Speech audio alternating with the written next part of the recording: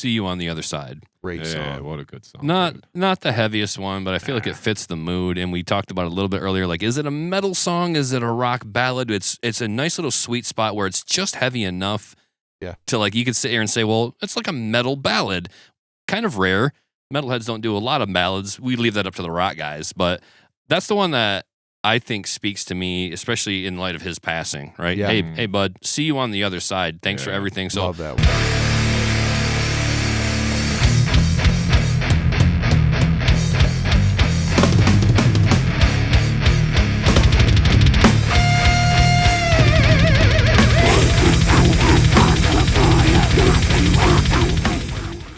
What's up, everyone? Welcome to the Metal Maniacs Podcast. I'm your host, Jay Ingersoll, and I'm here with Mr. Tinker Train himself. choo-choo. I'm on the crazy train. It's good. It's your boy Modd. What's good, Jay? What's up, dog? Yeah, I brought a passenger. Hey, cool. Your passenger today. So what can I say about this guy? I've known this guy almost my entire life. Going on, 35 years now? Yeah, we're dating ourselves. Yeah. So, Largely responsible for our friendship. yep, and we'll get into that. But just as far as intro goes, I've known this dude my whole life. Our dads have been friends their whole lives. Wow. They still are friends and still go to lunch as 75-year-old men. So it's cool Nice. that, Absolutely. you know, this dude was my best friend for the longest time. I still consider him one of my best friends just because of all the history we have. You know, another guy that, you know, as we get older, you don't spend a lot of one-on-one time together, but we do check in on each other occasionally. Life gets in the way. You get older, you're not hanging out with friends all the time. If you do, it's for something. So I thought when this opportunity came up, I was like, what a perfect fucking opportunity to have this man on the show. So please welcome Dave Stark. Thank you. What a great introduction. Hey, man, we've said your name a bunch of times on the show. Yeah. You are solely responsible for this show, so y'all can thank him right now, Yep. and responsible for probably everything Nick and I have ever done together as far as making music, because who's to say if we wouldn't have met if it wasn't through you? It probably would have. We grew up in the same town, but you never know how the fucking road takes you, man. You know, it could turn any which way, and you don't know, right? So... Also responsible for me playing guitar. Yep. So once again, nothing I ever would have done musically would have happened if I didn't play with this guy. First songs I've ever learned were because of him. So, I mean, I owe a lot to you, man, as far as this whole fucking past. So I appreciate you more than you know, really, if you think about it, dude. Love you too, brother. I love you, And you know, we got to give a shout out to your dad too, because he took a lot of time to show us the basics when we were trying to learn how to play guitar. When other kids were sneaking their dad's Playboys, we were sneaking his Guitar World magazines. You know, True. Yeah. Let's put him back. Make sure he doesn't know. Yeah. Yeah. Dave, you were always a huge confidence builder in my world too. Before I could even play an instrument, I was telling you, hey, I want to sing in a band. I want to be the singer. And you would just encourage me, not knowing if I could even sing or not. You just have me over, or just go for it, dude. Let it rip. Come on over. We're jamming. You can come over too. And so there's a lot of sessions I remember I'd just be sitting around and y'all would be playing. And I didn't even like play an instrument yet. Well, then our mutual friend Dan, whose kids listen to the show, Okay. Dan Capilla, Absolutely. calls me up one day prior to the freshman year starting in high school. So I'm like in 8th grade summer here. And Dan, for reasons, had to sell his equipment. Yeah. And he Yep, I was remember really that. trying to talk me into buying it. He's like, I know you want to sing. This will help you understand music. And I didn't have any interest really at all. I mean, I really didn't feel like I wanted to play an instrument. I just wanted to sing and scream in a band. But I had to agree that Dan made a pretty good point in that if I did learn music, and I might be able to sing better if I understood like what it was that I was trying to sing along with. So I buy his bass and his amp, and I think I still have the cabinet. The bass made its way back to him. Was that old Carvin? Yep.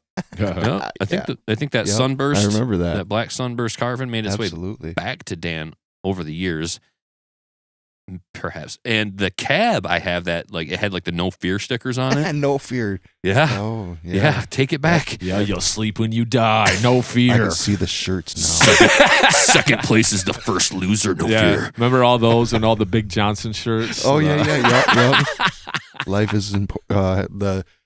Life's Important Choices ones too. Yeah, there was all sorts of great 90s shirts. Oh, yeah. So Dan got me into playing the bass. Dave encouraged me further along the path. He said, yeah, go for it, man. And here we are. I've done a handful of death metal albums with Infinite Design. I've done the cover band. So a lot of that happened because Dave fostered a good foundation. He was encouraging, and a lot of people, hey, look, when you're put in that position, you could poo-poo on somebody's parade and be like, you're never going to be any good. Not Dave's personality, super positive. I tried not to, and I mean, you always had such a stretch with your hands, man. You had bass player hands, bro. Like ever since like middle school, I was like, put a bass in your hand. See what happens. Yeah, see what happens. That football. Yeah, no, I do have bass hands. I imagine myself playing guitar and how funny it must look with like just long skeletal fingers, like E.T. Yeah, pretty much. Well, so this episode came about, obviously, R.I.P. Ozzy, GOAT status Ozzy. Metal Godfather. So absolutely.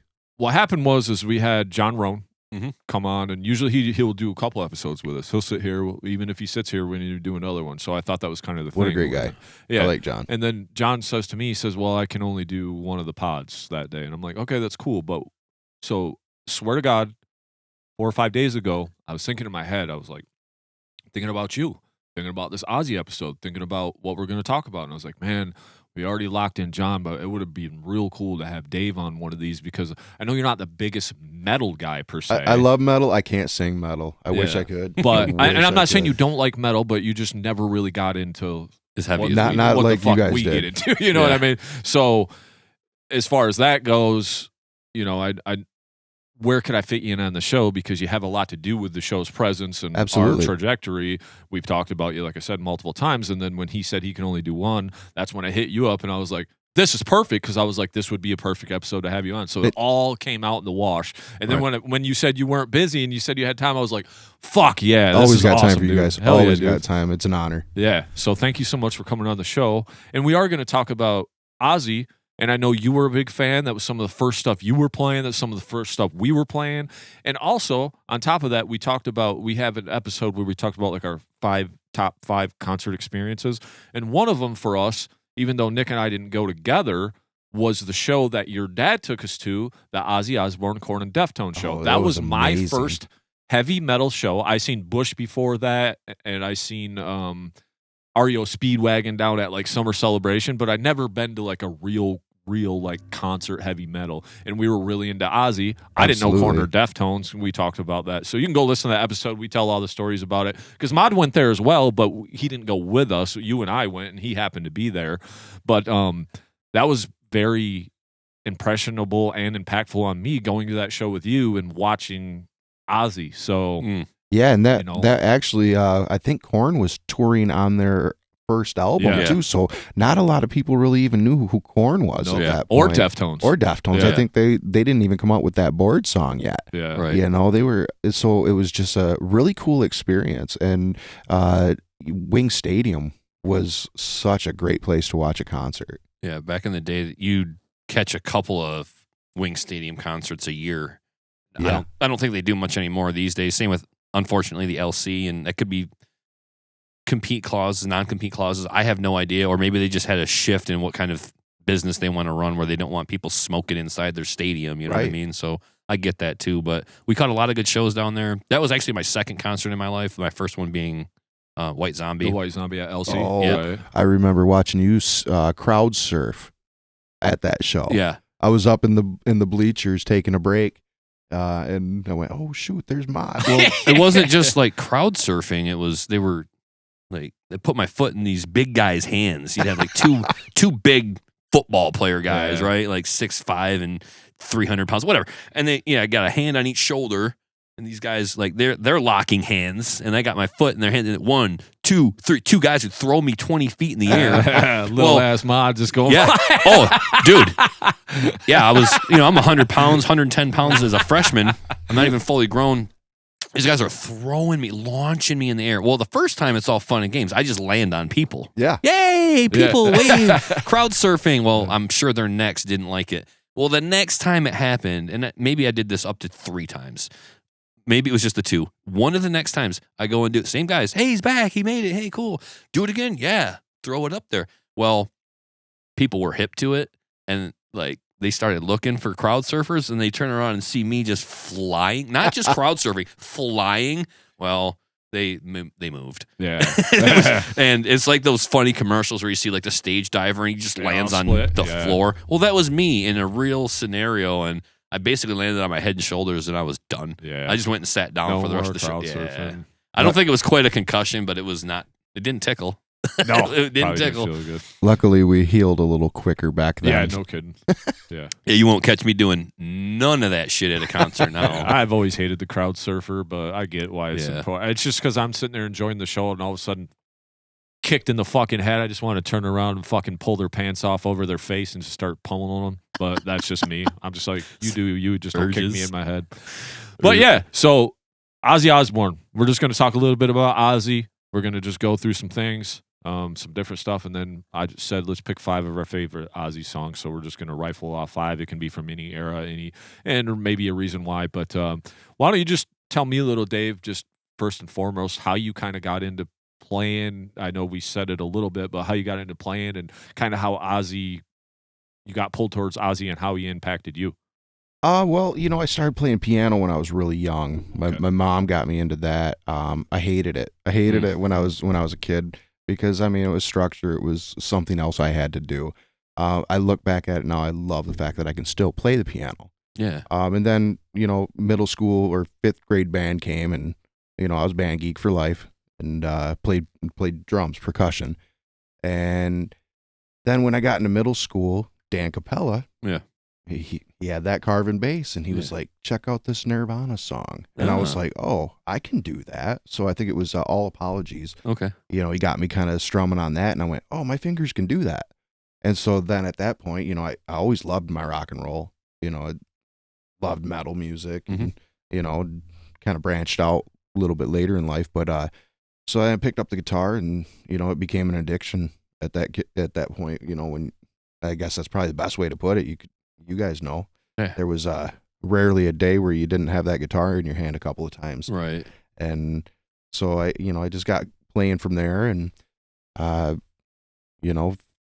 we were lucky enough that Jay's dad was such a great musician that, and he was so patient with us. That was the thing. He was patient because we were still learning, man, and he'd find things to where we could play together, and he might sing, or he'd take a chance with us, and we really got to learn our fundamentals from him without having to learn it from a book. Yeah. And so very thankful for Ray. Very thankful for him. Shout out Ray. And so we kind of just went from there. We started playing shows in late middle school, maybe high school. I think we played our friend's birthday party. Yeah. When we were just like 15, 16. I don't even think we had a vehicle to drive our equipment over there. And there we were playing Black Sabbath songs, and, kind of going from there. And then you just, you have a thirst for it. You're like a sponge. You want to learn all the songs, all the fun riffs, and, you find where your niche is there, Yeah, once you learn that first song, you're like, oh, I can do this. And it's just, like you said, it's an addiction. Once you get going on your instrument, and it's like everything else falls by the wayside with girls, sports, TV, video games, like everything becomes secondary to, I need to play my instrument. Like when you first get going on it, that's all you can think about. It's just like getting that instrument in your hands and the future of your musical career ahead of you. Just grind, get better, get good, and hopefully something will happen for you. But yeah, back in the day, man, we really kind of put you in your element, kind of like a runner's high, if you will. Yeah. You know what I mean? Yeah. And you're like, oh, that was so cool, Well, the dopamine doesn't get released on when you get the reward. It gets released on the pursuit of the reward, right? Okay. So you're chasing that dopamine hit of, hey, I played this song yesterday and I couldn't play it the day before, and now I can play it better today. Right. Mm-hmm. So you start getting that like dopamine feed of like reward versus the amount of work you're putting into something, right? So then Absolutely. you're kind of getting that dopamine early because you're like seeing this progress, even though it's not the easiest thing, and you do have to commit some time to it. Absolutely. I wish I would have knew more what I know now back then, because I probably would have never put that thing down and probably would have been a lot better. But life happens, and Hey, don't sell yourself short. shit happens. It is what it is. But yeah, I mean, you say he showed us, but my dad for years was trying to get me to play guitar, and there was always guitars and stuff, and he was just trying to get me to play. But as soon as Dave got a guitar, then I seen him like hanging out with my dad and shit. I'm like, well, I need to play guitar, I think, because Dave's playing. So I played guitar more because of you, not because my dad was already playing. It just kind of helped that I could go grab those Guitar World magazines after the fact, or grab a guitar that I could practice on, and then you was showing me stuff, because we were playing all that. Paranoid was probably one of the first songs I've ever learned. So back to Ozzy, it does help that some of that stuff was easier. Yeah. Because it's the beginning of kind of metal, And Sabbath had so many great riffs Yeah. that you just had to learn a riff and you were like, oh yeah, that's Sabbath, Bloody Sabbath. Or, Yep.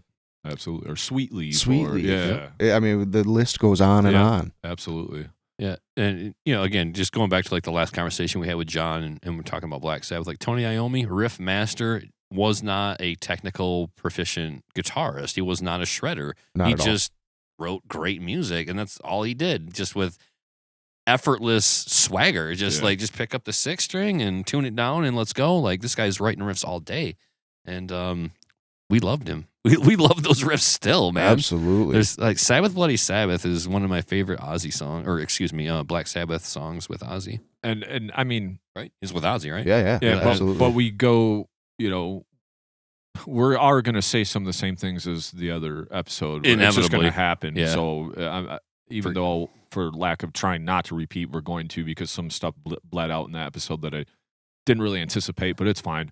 But just being prolific was another thing, because did you realize that like all of those Sabbath albums came out, like there's 5 Sabbath albums in 4 years, basically. Yeah. Like all 4 of those. It's just like, how do you do that? Like, you got to have some riffs. Yeah. And then we're writing songs, we're writing hits, we're writing Black Sabbath, NIB, War Pigs, Paranoid. All in 1970, Iron Man, Planet Caravan, all in 1970 still. I mean, maybe he had them written going up to there. Maybe he had some in the back pocket. Or maybe he's just grinding his ass off and writing a bunch of songs, and they just happened to like turn into these bangers, right? Because then in 1971, that's when Sweet Leaf, Children of the Grave, right? Yeah. So, I mean, prolific is all hell, because, 5 albums in 4 years or whatever. And then 1 year skip, and then you're going into Sabotage, and then 1976. So it's like they almost came out with 1 album a year from 70 to 78. Which was basically the end of the Ozzy era. So it's like, wow, 1 album a year? Mm-hmm. It's crazy. With the hits. Yeah. And back in the day, sure, it took a while to write, record, mix, master, and then you get out there in the tour. So, like, you'd have like a 1 year kind of a writing, recording in your routine, and then you'd have like another year of touring on it. Mm-hmm. These days, shit takes even longer with all the technology that we have. It seems like writing a good album takes years. Absolutely. Probably because the guys recording it are booked and they're busy doing every other band's work, because there's so many more bands these days, trying to make it or whatever. Yep. But back in the day,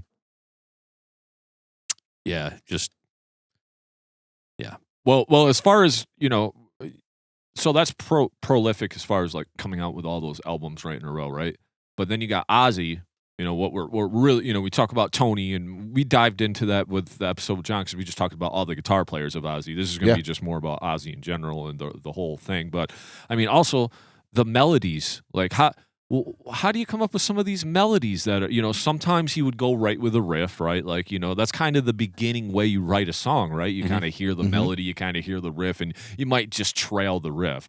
He got out of that after a while. That all went by the wayside. He started to learn how to write his own melody on top of that riff. But for people that don't know, but most people that listen to this do listen to heavy music, I would assume, just for the name of the podcast. But writing melodic stuff over heavy riffs isn't like an easy task. no. It's not an easy thing to do. And then memorable melodies, vocal melodies. Yeah. So say what you want about the writing of the music. And Ozzy got kicked out of Black Sabbath, right? So it's Black Sabbath, and then Ozzy was in it, But then when he got kicked out, it was still Black Sabbath, so it was never Ozzy's band like the Ozzy band, right? Right.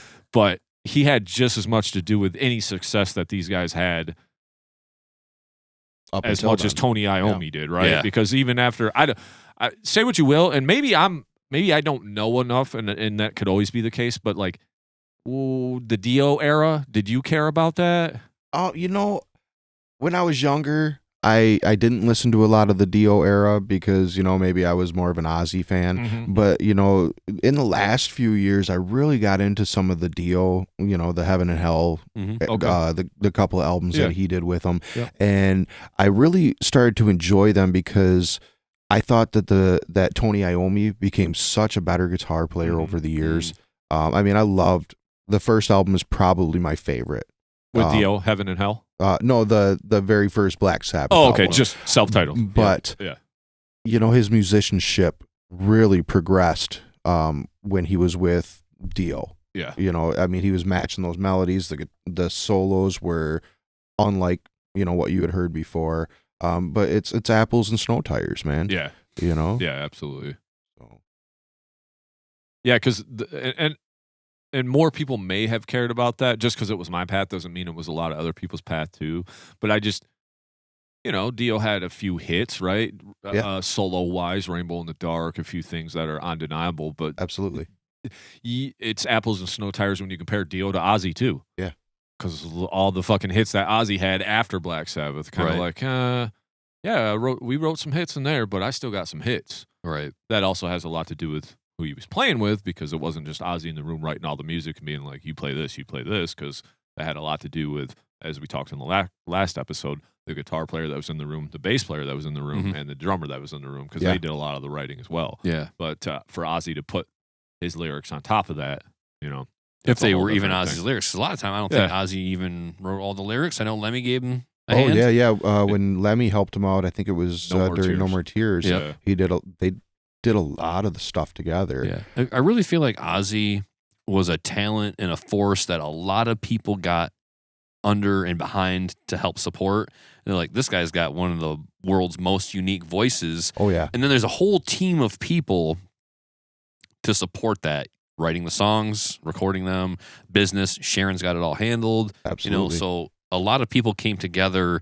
The Ozzy thing is almost a 180 from the Black Sabbath thing. The Black Sabbath thing is like a team effort in the band. The 4 members do it, give you music, then the record label maybe handle it. With Ozzy, it was like kind of Sharon feels like that in the driver's seat, Mhm. and then she'll just kind of call husband into the room. We're ready for you now, Ozzy. Right. Yeah. Come sing your song now. But everything, it's a totally different feel for me when I think about what Black Sabbath must have been as an operation compared to what Ozzy was as an operation. And Ozzy took a huge cast and crew to make the Ozzy Osbourne band Mhm.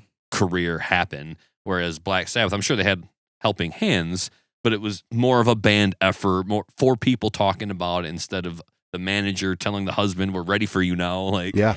like I just feel like there's a lot of people that helped get Ozzy to where he was once he was dismissed from Black Sabbath to then getting on to the Blizzard of Oz. It took a lot of people to make that happen. So just as far as writing goes, this is ChatGPT, but I also looked it up on Google just because sometimes you gotta fact check You got- ChatGPT you gotta- because it could Absolutely. be fucked. You got to fact Yeah. check your AI all the time. Yeah, all the time. But it does say that in the Black Sabbath era, and I wish I knew this before we did the other podcast, but it's fine because end of day, you can. So Geezer Butler served as the primary lyricist for Black Sabbath. Okay. But end of day, Ozzy still has to take those lyrics and make those melodies Yeah, and stuff. sure. So you could give me whatever you want on paper. It doesn't really matter, but I'm sure he's changing things and Ozzifying it and, and making the melody. So end of day, lyricist aside, Yeah. you're still kind of the primary writer of that melody and that, Mhm. right? So, I mean, even though Ozzy wasn't the lyricist, which is fine, but I mean, I do have a hard time imagining anybody like telling Ozzy what to do in the studio. Yeah. Hey, can you do it this way? Like that's where I feel like Ozzy had his autonomy. He's like, no, I'm going to sing it how I want to sing it. Maybe a suggestion. Yeah. Hey, could you try this? We want to see how this sounds too, Oz. But I don't think anybody's ever telling him like, here's your vocal melody. We got it all like right, like laid out for you in synth, Yeah. and then you just come and sing the words to it. Like I think he had enough of his own creative spark to where that's where the magic happened for him, was coming up with those vocal melodies and the phrasing of it, and maybe even key changes or harmonies in his own vocals. Like I'm sure he was on top of that as well. And that's what it said. He did a lot of like the ad-libbing and like improvising and humming over it to try to get the vibe of it. So like lyrics aside, you can say that whatever, he didn't write all of the lyrics or many of them even, because it even said that Bob Daisley, the guy that I was talking about, he wrote a lot of the lyrics for Blizzard of Oz, Diary of a Madman, even Ken Crazy Train, it says here. So, I mean, end of day, it kind of becomes a team effort. absolutely, Right? Like, so that's the nice thing to know about that. End of day, it's still the band. We're all writing stuff. We're hanging out. Yeah. Like Ozzy is the guy, though. He's the guy in front. He's the guy, but he was not like a dictator or like a difficult person to work with. Well, besides maybe getting all fucked up and then Yeah. you can't rely on him. That might be. Well, I mean, that's why he got canned. So but not like the Axl Rose type of front man where it's like I fucking hate my band. Yeah, fuck these guys. I need you to fix the solo. I never want to see you again until it's done. Yeah. This shit sucks. Get better. Yeah. Like Ozzy was probably cool as a cucumber, man. Like he was probably medicated. Yeah, he was definitely medicated. Super cool riffs, man. I love it. You're hired. Yeah. So yeah, just as far as Ozzy goes, John Michael Ozzy Osbourne, December 3rd, 1948. He was born Aston, Birmingham, England. Nicknamed the Prince of Darkness. Said Ozzy was raised in a working class family, struggled in school and had dyslexia, and he was drawn to music early on, inspired by the Beatles, particularly Paul McCartney. Kind of known that, right? And then we kind of talked. So we talked Black Sabbath era, right? I mean, fucking so many good songs come out of there. The Goats, they invented a whole genre. Everybody wants to naysay shit, but like, come on, they invented heavy metal practically. Them and Led Zeppelin, right? I mean, they invented a whole genre just with that dark aesthetic. Because Zeppelin was cool and they had some heavy riffs, but they weren't into that dark. They were kind of a little bit more into the hippie wave, woo woo shit, like that kind of stuff. But they're not. They don't get like Sabbath, Bloody Sabbath. Like that's for the time. That's pretty fucking dark, right? But like Led Zeppelin did have enough of a dark mystique where there's always an argument to be made because you got like the guitarist buying Aleister Crowley's estate, correct, to live in is still pretty fucking dark. Like, but as far as like the portrayal Jimmy of the Page. music, Jimmy. I blank so hard on some names sometimes, like or worse yet would be calling him Robert Plant. Like I could just their guitarist Robert Plant. I could just feel the Robert Plant with the dark hair. Yeah, the spirituals, just a slap across time and space. How fucking dare you? No, they were dark enough. I just don't think it transferred from the stage to the listener like Ozzy and Black Sabbath and Ozzy. They took it to a whole other level, and I don't know how many other things existed like that at the time. Well, I feel like Black Sabbath had to do that because they got their name from a horror movie. They had to be dark and they had to talk about demons and stuff like that because that's where they launched themselves. Otherwise, before that, they were a blues band. Yeah. And very much their first album is very much a blues rock album. Sure. Yeah. I'm with you. Yeah, because they were called something else before that. I had that on here and I can't remember what. I think it was they like were called. Earthers. Yeah, it was something like that. Yep. Called Earth. Absolutely. Just Earth? Yep. That's all it was called. Okay. So, so many hits. You could say that they created a genre. Most metal dudes would be like, yeah, it was all because of Black Sabbath. You hear some metal dudes say it's because of Zeppelin too, or Deep there's Purple. and there's Deep other Purple's bands another like one. that. But it was just Ozzy's presence, the darkness of it, the guitar sound. Sometimes that, and if that's the first thing you hear before you heard Led Zeppelin, you're going to credit that. Yeah. You're going to Correct. credit the Black Sabbath first before you credit Led Zeppelin, right? Just because of the way that sound. But Ozzy gets kicked out of Black Sabbath, and we'll get into Ozzy's career here. Most of it was just because he was getting drunk so much at the time. He Wasn't showing up for rehearsals. Yep, he wasn't rehearsing. He wasn't contributing much. Yeah, no writing. Yep. Yeah, it was. They either had to. They just couldn't get Ozzy to participate there at the end, and it became an ultimatum where we either have to fire Ozzy or break up the band. They decided to keep the band and fire Ozzy, and I think they did a world a favor. They did Ozzy a favor. Yeah, just Agreed. same as Metallica kicking Dave Mustaine out. Like, look, man, if you don't stop the way that you're living, you're not only going to die, you probably take somebody with you. So we have a friendship like that, like somebody's living their life that toxic, and you just one day you wake up and you're like, I might be a victim of this person's behavior. That's when you got to say, I need a boundary here, and like Ozzy's got to go. And he's not helping. He's not writing shit. Right. He's not showing up. So yeah, he said they were no longer a rock band doing coke; they were a coke band doing rock. So that's not good. Yeah, Don't do rocks. don't do any of that. Yeah. So I guess at the very end, there was a bunch of pressure from the label, and I will say too, the later Sabbath with Ozzy, not as many hits, Right? not as good songs. Like them albums were okay at best, but I mean, there was a few good songs in there at the end of the Ozzy, but they weren't what was coming out at the beginning when it was a fresh new thing, and probably before we got some money and got a lot of coke or whatever, So Are you referring to their reunion album in like the 2000s? No, I'm talking about end of Ozzy era Sabbath, like 78, 79. Oh, okay, yeah, there, like, the first end. yeah, because like even Black Sabbath is awesome, Paranoid's awesome, Master of Reality's awesome, but you start getting into Volume 4, there's a couple good songs on there, Changes, Snowblind's good, but like then in Sabbath Bloody Sabbath, there's a couple good songs on there, but not as many. And then you get into Sabotage and then Technical Ecstasy. It's just like there's not anything we know. Anything. Right. At all. Sabotage, maybe Hole in the Sky or Symptom of the Universe, kind of. But I did like Symptom of the Universe. But those were kind of ones I feel like were revived along the way back to make those ones, unique and popular to the listener. But at the time in 75 or whatever, like, they're just a batch of songs to me. I went through all this Black Sabbath stuff too, and it was Black Sabbath. It's not that it wasn't bad or good or anything. It just wasn't as impactful as those other songs. But I mean, there's a reason why those other songs were picked to be on the radio or influence millions. Absolutely. But yeah, so Ozzy's kicked out because he's a cokehead, whatever, fucking. But Ozzy was kind of pissed. He said in his book about it because everybody had substance abuse issues in the band.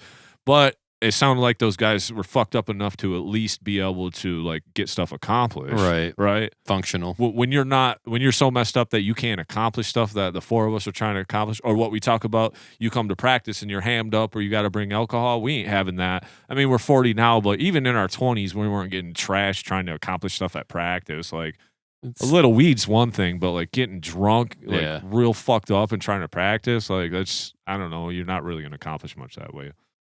Yeah. So, but like you said, I think it was a favor for Ozzy because there's a lot of questions in Ozzy's timeline. What if? What if he stayed? Who knows? But then we get into the actual Ozzy career. Penned by, pushed by Sharon, like you were saying, like getting him, hey, Ozzy, you're good. You've had these hits. People know who you are. You got persona. You're a front man, right? And then we talked about this on the guitar episode, but then in comes Randy Rhoads. Right. To save the day. Yeah. Randy didn't want to do the audition. One of their mutual friends just begged him to go. So in order for that dude to stop calling, that's when Randy went. Ozzy was so fucked up at the rehearsal audition or whatever. It wasn't even a real audition. Ozzy just went out there after he heard him warm up basically and was like, you got the gig. We talked about that too, which is kind of weird. But apparently after that, they became fast friends, and then they wrote some great hits. So just in the first little bit there, I mean, think about it. Crazy Train, like we said in the last episode, probably one of the most famous songs, period, ever. If you had to pick 50 of the most famous songs, I guarantee that's on there. Probably top 20. Yeah, for sure. So all of a sudden he comes out of the gate with some fucking hits. Yeah. Right? Mr. Crowley. Yep. Goodbye to Romance. Yep. That album was stacked with great hits. And that's all just right off rip, too. I Don't Know was a good one because that became like a live staple. Yep. So that almost became like a hit. And then D, just for the guitar playing of Randy Rhoads, is a banger, right? It is. Suicide Solution. Yup. You would hear that one too. You could play that whole album from the first song to the last one and not get bored. No skips, all bangers. The only one that was a little weird to me though was No Bone Movies. I don't know. It was a goofy song, and I don't know what the fuck it's about. I don't. Yep, that's. I can guess, but we'll just leave that for a different podcast. Yeah.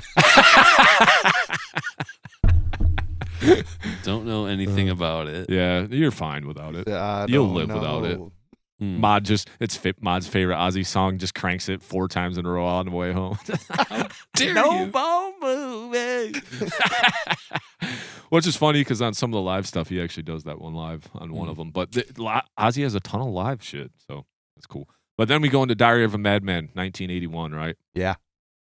Which is another only like year gap, so I know what the deal is, but we're just like cranking stuff out. He back was then, too in the 80s. Well, I think, in both instances with Black Sabbath and Tony in the beginning, and then Ozzy with Randy Rhoads in the beginning, is you got 2 guitarists who've got pockets full of things that they've been working on their whole life. Yeah. Like Tony, 1970. Well, guess what? I've written 40 songs up until now, and then those turn up on the first couple albums. Yeah. Probably the same with Randy Rhoads. He's already had some experience with Quiet Riot. He probably had some stuff kind of stockpiled, and just stay working on it too. Once you got a good thing going, playing songs for Ozzy and his crowd every night, you probably stay on the horse and stay writing and stay on your instrument at the time. So. And that Bob Daisley dude was a big part of the writing as well. I mean, sure. Like I said, absolutely. So let's not give credit to him as well. So I guess if you got a guitar player that's badass, and you got a bass player that's like, hey, maybe he plays more instruments than bass, right? Yeah. So he's like showing some riffs or showing some ideas. So when you got like 2 or 3 creative guys, it's pretty easy to get going on some stuff. You just got to make some decisions, and that's where shit gets hard, because when you're in a band with people, you could be like fooling around, tap dancing around this one riff for days and days and days, or you can just like make some decisions and say, okay, that sounds good, let's move on to the next thing. Right. Or you're just that good that it already sounds that cool that you're just like, let's move on to the next thing. So there's a lot of things in there that could be happening that we're not sure of, but just being able to write that much material is impressive, period. Agreed. Even with 3 guys. Yeah. I know some bands, it takes them 4 years to get 2 songs out or whatever, so it's just, it's weird like that. And plus, you got what it takes to get Ozzy into a studio at this point in time too. In the early '80s era, you're still cranking out all these albums in the early '80s. That was pretty impressive to get Ozzy into the studio to keep albums churning out in the early '80s. And I did not know this. This does say so. Blizzard of Oz, and we brought this up, but I'll just bring this up again. Just did you know that the band was supposed to be called Blizzard of Oz to begin with? Oh, I didn't know that. Yeah, so it was a little tidbit that I came across. I was like, that's interesting. But there was a lineup of a keyboard player on Blizzard of Oz. So the keyboard player's always kind of been mysterious. Yeah, because there's had to been one throughout a lot, or studio stuff, because there's a lot of synth, there's a lot of stuff going on in Ozzy music. It always has been from the beginning all the way until then. Even the new stuff is just chock full of additional instruments that aren't just guitar, bass, and vocals. So it makes me wonder, live, was like there a guy back there doing keyboards, or we're just playing the backing track or whatever? I'm not real sure. But then we get into did you have something? I was gonna say they got credits for keyboards throughout the era here, like session and live. Yeah. But then we go into Diary of a Madman, 1981, another banger. Yeah. Flying High Again, Over the Mountain, Diary of a Madman, the song, Believer. Little Dolls is actually even a pretty good song. So another banger of a album. Daisley and Rhoads co-produced that. Then, unfortunately, we get into Randy dying in the plane crash while on tour. Yep, 82, 25 years old. And that kind of questions the what if thing. Oh, yeah. We were bringing that up a lot. Like, what if he stayed? Would he have stayed? Would he have been bored?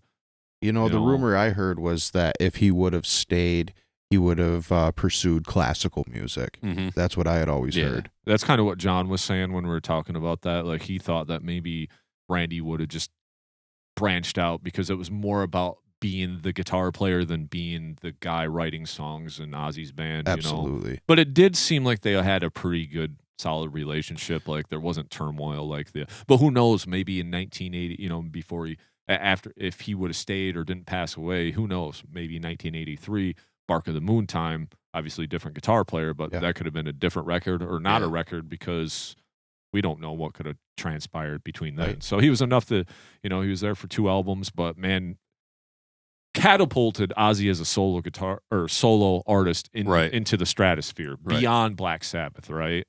So one could say.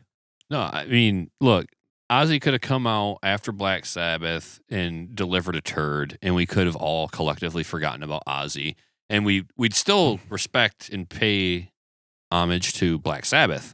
But if Ozzy came out and didn't have the career, the legacy unfold immediately starting in 1980, there's a good chance we're talking about somebody else here right now, whoever that would be. I can't imagine. But there's a good chance that without Randy Rhoads writing Crazy Train, we forget about Ozzy. As unimaginable, as almost blasphemous as that sounds, like, fucking forget about Ozzy. This guy's off his rocker. Yeah. There's a good chance if that album comes out and it stinks, Sharon's dad has a little word. Sharon, this Ozzy thing was an experiment. It didn't work. We're dropping him.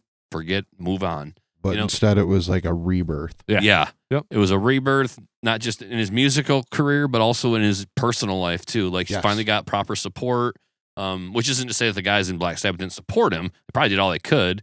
But you get somebody like Sharon, she probably has a different approach to the matter. She helped lift him up out of his poor behavior, poor life decision-making choices and got this man on his feet. And Randy Rhoads right there beside him to help.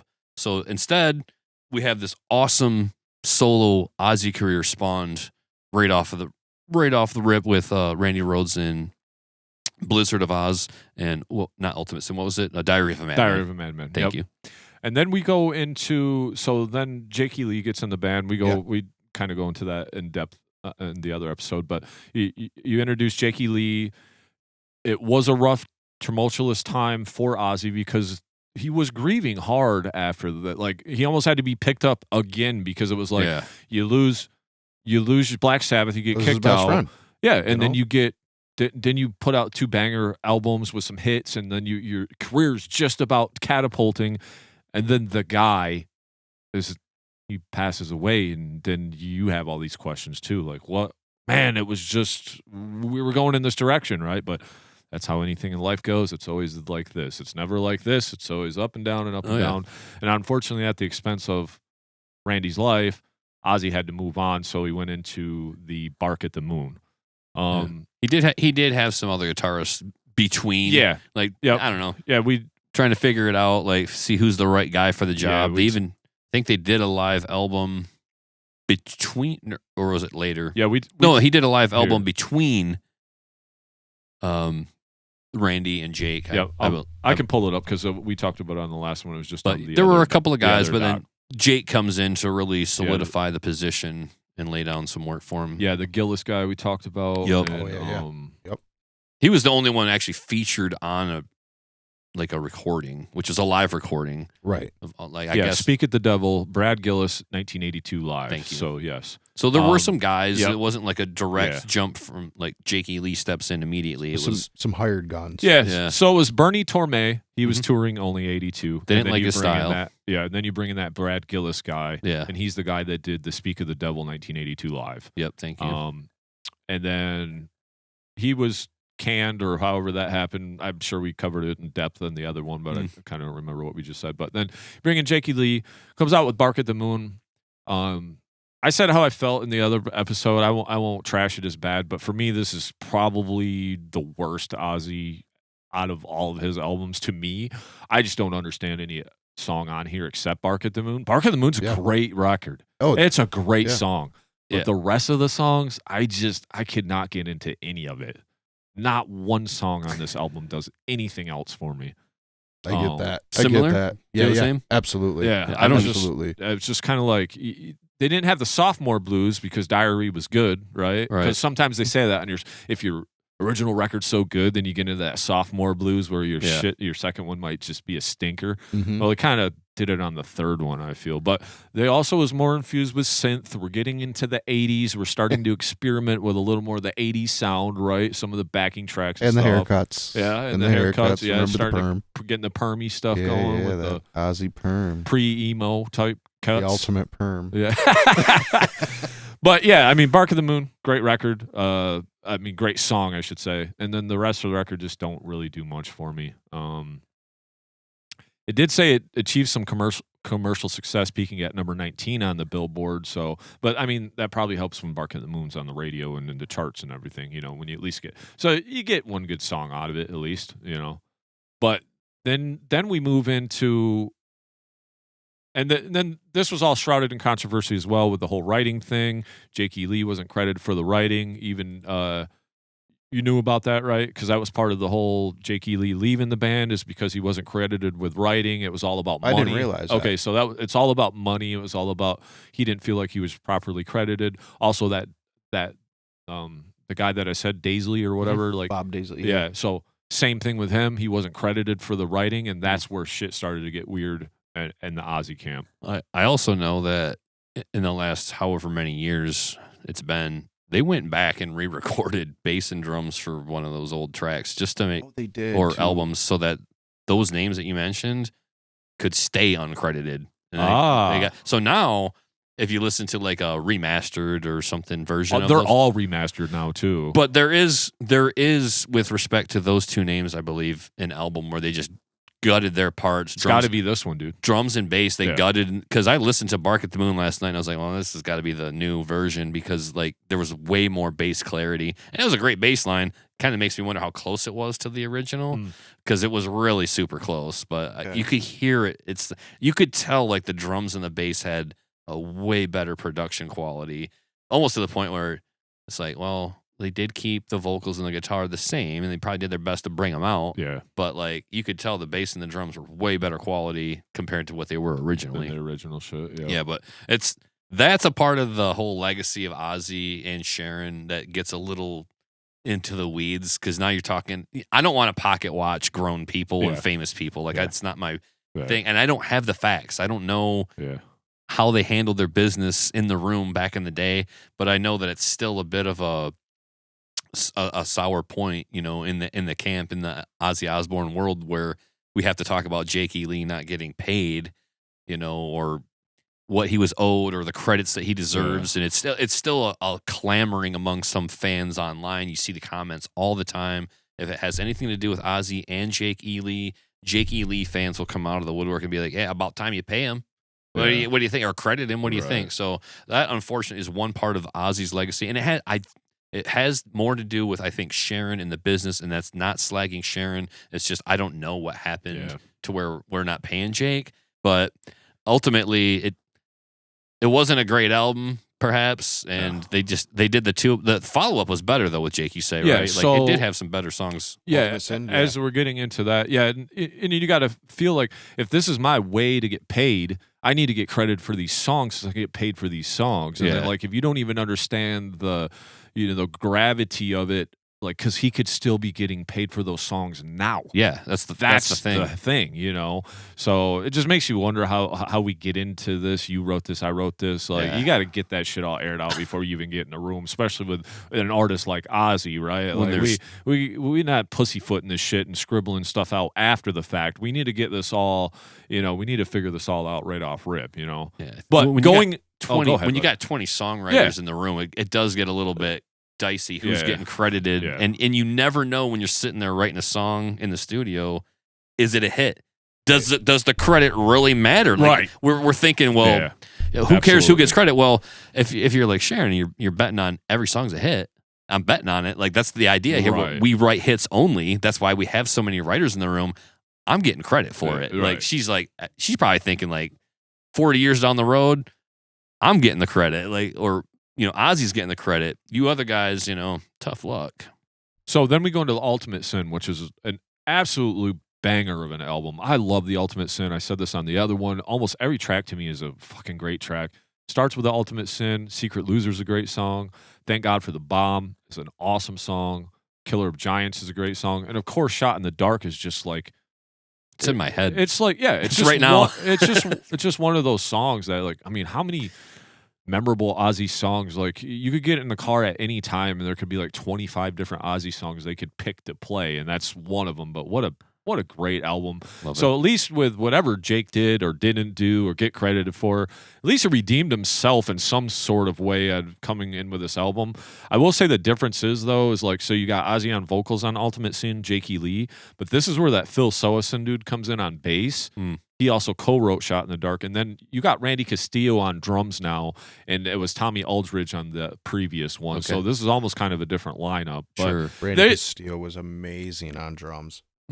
stuff changes so much with Ozzy, though, it's hard to keep track. Did you play live? Did you only play on the album? Did you tour? Did you only do one tour? Did you do a half a tour? You know, there's just so many different players. So, but it says Ozzy off on downplays this album. I don't know why, but it was pretty commercially successful overall, right?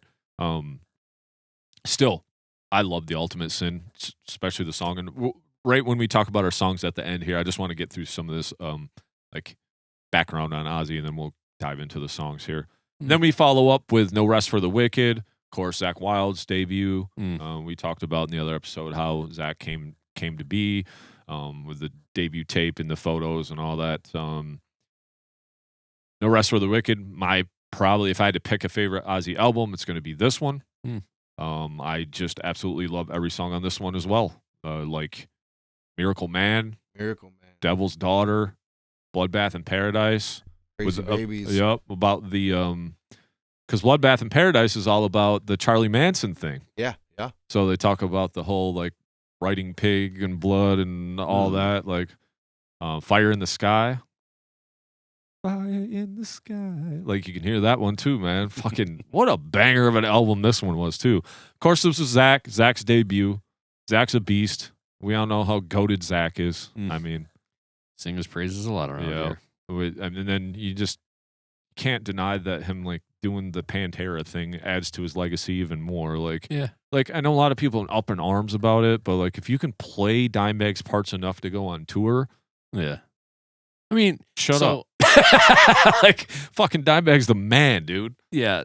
Well, the thing is like the world over 8 billion people. I'm sure there's plenty of people that can play Dime's material, but who's going to go out there and be Dime?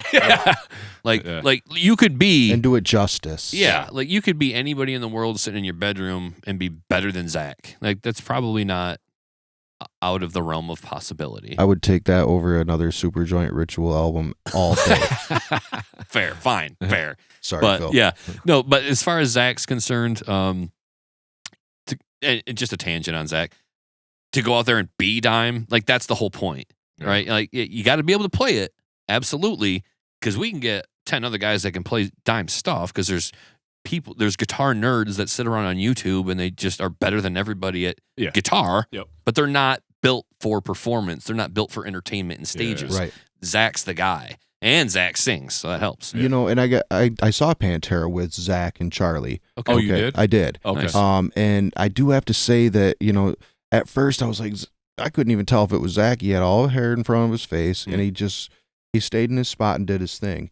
And I feel like that was to not take away from Rex and Phil, you know, to take away from that experience and make it more about him. Right. And I just totally respect him for even trying to fill Dime's shoes and do it justice. So I got nothing but love for those guys. Yeah, I mean, I'm one of the biggest critics of the whole Pantera tribute thing that's happening right now, but I'd never want it to sound like I'm disrespecting those musicians, Charlie and Zakk, because I absolutely love Charlie. Right. I'm like Charlie every week. Hi, guy, you're like my favorite. Yeah. But at the Amazing. same time, I just have it's just my own personal thing. It has nothing to do with those guys and their choice. Hey, end of the day, if somebody came along to me and said, "Hey, Nick, we want to reform a group minus said member because they're gone," you know, how do you feel about that? And I'm like, well, I love my friend and I love that music, so I would maybe be hard pressed to say no to that. I'd be like, yeah, of course I want to do that. I love my friend. I love that music. Yeah. Let's go. Let's do it. You know, I'm one of those weirdos. Like a lot of people say, well, I saw Dime and Vinny play. Yeah. So I kind of have a hard time thinking I need to go out and see current Pantera lineup. Yeah. But I also feel like that could be like I don't want to say this in a rude way, but almost like you could be unselfish about it too and be like, yeah, I did see that, but there's a lot of people that didn't get to experience Pantera, or they don't know who Pantera is. So some kid that's going to see Sleep Token like happens to see Pantera playing over there, and like, who the fuck is it? Like, you know, so it might just be that like the music is so prolific and so badass that like I guess just share it with the world while you can. I guess, you know, like expose more people to Pantera. I guess. Absolutely. You know, so I kind of get it from that aspect too. We did see Dime. We've seen him I've seen him a handful of times. Yep. Fabulous. What a goddamn awesome legend. I know we're talking about Ozzy, but Zach to fill those shoes, and always Zach or any of these guitar players and Ozzy, it's always the one guitar player too, and they did such a phenomenal job. Like even in Pantera, you got the one guitar player. It's not like the Slayer where you got the two and the one guy can kind of noodle, and if he fucks up, it don't matter because the other guitar player is playing the two. Sometimes you get away with that. You're under the microscope when you only have a bass player up there, because the only tones coming out of there, might be a little distortion with the bass, but the only tone that's coming out of there while you're soloing, this is a solo motherfucker. This is you in the spotlight, and that's a lot of pressure. Absolutely. So just Zach being able to handle that pressure his whole entire life has been insane. He's that dude. I have had so much appreciation for Zach grow over time, just understanding his journey from where he came to who he became and what he does now and what he means to metal. I see all of this hate for Zach. I don't understand it. What is it about? Like, are you telling me he's not as good as some other player? Well, look, man, we got so many great guitarists out there. At some point, we got to stop gatekeeping, like, who's the best, and everybody else sucks. Yeah, like, I mean, and we talk about this too with John. A lot of times in metal, we're always trying to hit that skill ceiling, right? Everything's about technical proficiency and how good you are. And Ozzy went through that with Randy as a neoclassical guitarist, and then Jake E. Lee, another shredder of a guitarist. That when you finally get to Zach, and I kind of mentioned this in the last episode, now you're kind of like pulling back a little bit on that skill ceiling so that you can get more into that feeling of it. With Zach's blues lead guitar playing, it had just brought so much more emotion and feeling to the songs. Like, that's why I say things like Osmosis and No More Tears are my favorite Ozzy albums, because there's just a shift out of that 80s thrash shred. When we got the first one with Zach, what was it, Ultimate Sin? Or I'm sorry, Rest for the Wicked. Rest for the Wicked. Yep. And I think that's where we're really turning a corner and getting out of that big 80s hair metal, and we're kind of coming into that 90s. We're not perming up the hair with the makeup and the Motley Crue look anymore. Now everything's kind of shifting down to like a real, like a GNR thing, right? Like GNR gets on the scene, and they still look like a spectacle, but they like got rid of that hairspray almost immediately, right? Like real quick, like, right after that first video. Yeah, like that. they saw Axl with the Still perm out there, ladies. They said, "Don't ever do that again. No more hairspray for you, sir." But yeah, then things just kind of became leather and chains, and we got away from some of the big hair and the hairspray and stuff. Yep. And they did that musically too. They got away from the sound of the 80s with Zach, and then they turned that corner so nicely going into the 90s. That's where I feel like some of the best music was made, both in terms of production quality and songwriting. I agree. So getting into that, great segue. Now we're going into No More Tears, 1991. I mean, some of the most epic songs, My Mom Coming Home, No More Tears, Road to Nowhere. I mean, Ozzy's always had this thing for ballads too, right? Yeah. He's always kind of had this ballad-esque to him, like kind of kept that 80s alive, even though we're in the 90s now, but early 90s. But still, even all the way to, and we'll talk about the newer records. He's got one or two ballads on every single one of them. It's just something that he does. But he does well. These are huge, dude. I mean, Road to Nowhere, like that that's album a is ballad, right? arguably, his best-selling album. It's like goated album. Yeah. And then we did talk about this too. Lemmy from Motorhead did co-write a lot of that. At least half the songs I know. I didn't realize he did as many as what he actually did until I started looking at it just the other day. Right. I was like, man, I knew he did Hellraiser. Yep. But I didn't realize he did like half the songs on that album. What a fucking awesome song that is. He said he made more money from the credits writing for Ozzy than he did for Motorhead, like across the board. Well, then I can see why Jake E. Lee is pissed. Yeah. Makes a lot of sense when you paint it in that light. Like a couple writing credits for Ozzy did more for Lemmy over his career than his Motorhead career. So Wow. let that sink in. I'm not 'cause- even going to say what I think about Motorhead. You guys just will fill in the blank. That's probably why. They still got to have good songs. Sorry, Yes. but I mean, It blows my No mind More though, 'cause Tears. when I think about Lemmy writing anything outside of Motorhead. I'm like, I would have never thought, right? Because you listen to Motorhead, it's like it's all the same. The Ace of Spades. Yeah, it's the Ace of Spade to the nth degree. Yeah. Every other song is the Ace of Spades. Like how part. many songs do they have? 100, Or some 150? It's some all the theme Aces. song from Triple H. Yep, that's Like, that was his other big stuff. It's the Triple H. Yeah. Triple H. You're like, wait, what? He wrote a whole album for that guy. I've heard this one before. I yeah. think. Keep it true. But I mean, Mr. Tinker Train, badass way to start that Yeah. album off. You know, I don't want to change the world. Yep. I think Road to Nowhere is a great one to just close that whole album Yep, right out. yep, It's yep. just it's a perfect song for Hellraiser's a great Hellraiser. Yeah, That's a sweet song. that was on the third Hellraiser movie. The Zombie Stomp is Zombie great. Man, that album just bangs too. So then we get into the era where we seen them actually, or Yeah. seen Ozzy, right? Yep. How many times you seen Ozzy? I saw him that show in Wing Stadium right after he had Joe Holmes Yep, playing for yep, him, yep. Joe Holmes. not Zach Wilde. I actually only saw Zach Wilde for the first time when I saw him with Pantera. Okay. But I saw him there. I saw Ozzy in Wing Stadium. Then I caught Ozzy in Black Sabbath and Pantera at the Van Andel in 2000. Okay. Floor seats for Pantera. It was really weird. Wow. And then, yeah, I guess that was the Just only the two times two I've seen times. Okay. Ozzy. So I only seen him twice too. I seen him that show. Yeah. And then I seen him at Ozfest 98, I believe. Ooh, that the was a one banger. right before Slipknot played. Mm. I think Slipknot played in 99 and I seen him in 98. That was a I good think that was- Ozfest too. Cuz what VHS do we have? 96? Yeah, 96 is Yeah, the so I first think one. 98 is when I seen him maybe, but that was all at the same time. So I want to say Joe Holmes was playing guitar that night. If I don't, And he was that- great. Yeah. Oh yeah. He was great. Fantastic. But Osmosis, the album. Yeah. I remember being on the bus jamming this because I'd ride the bus home with you Yeah, sometimes. yeah. And we would jam this one. Great album. Perry Mason, I Just Want You.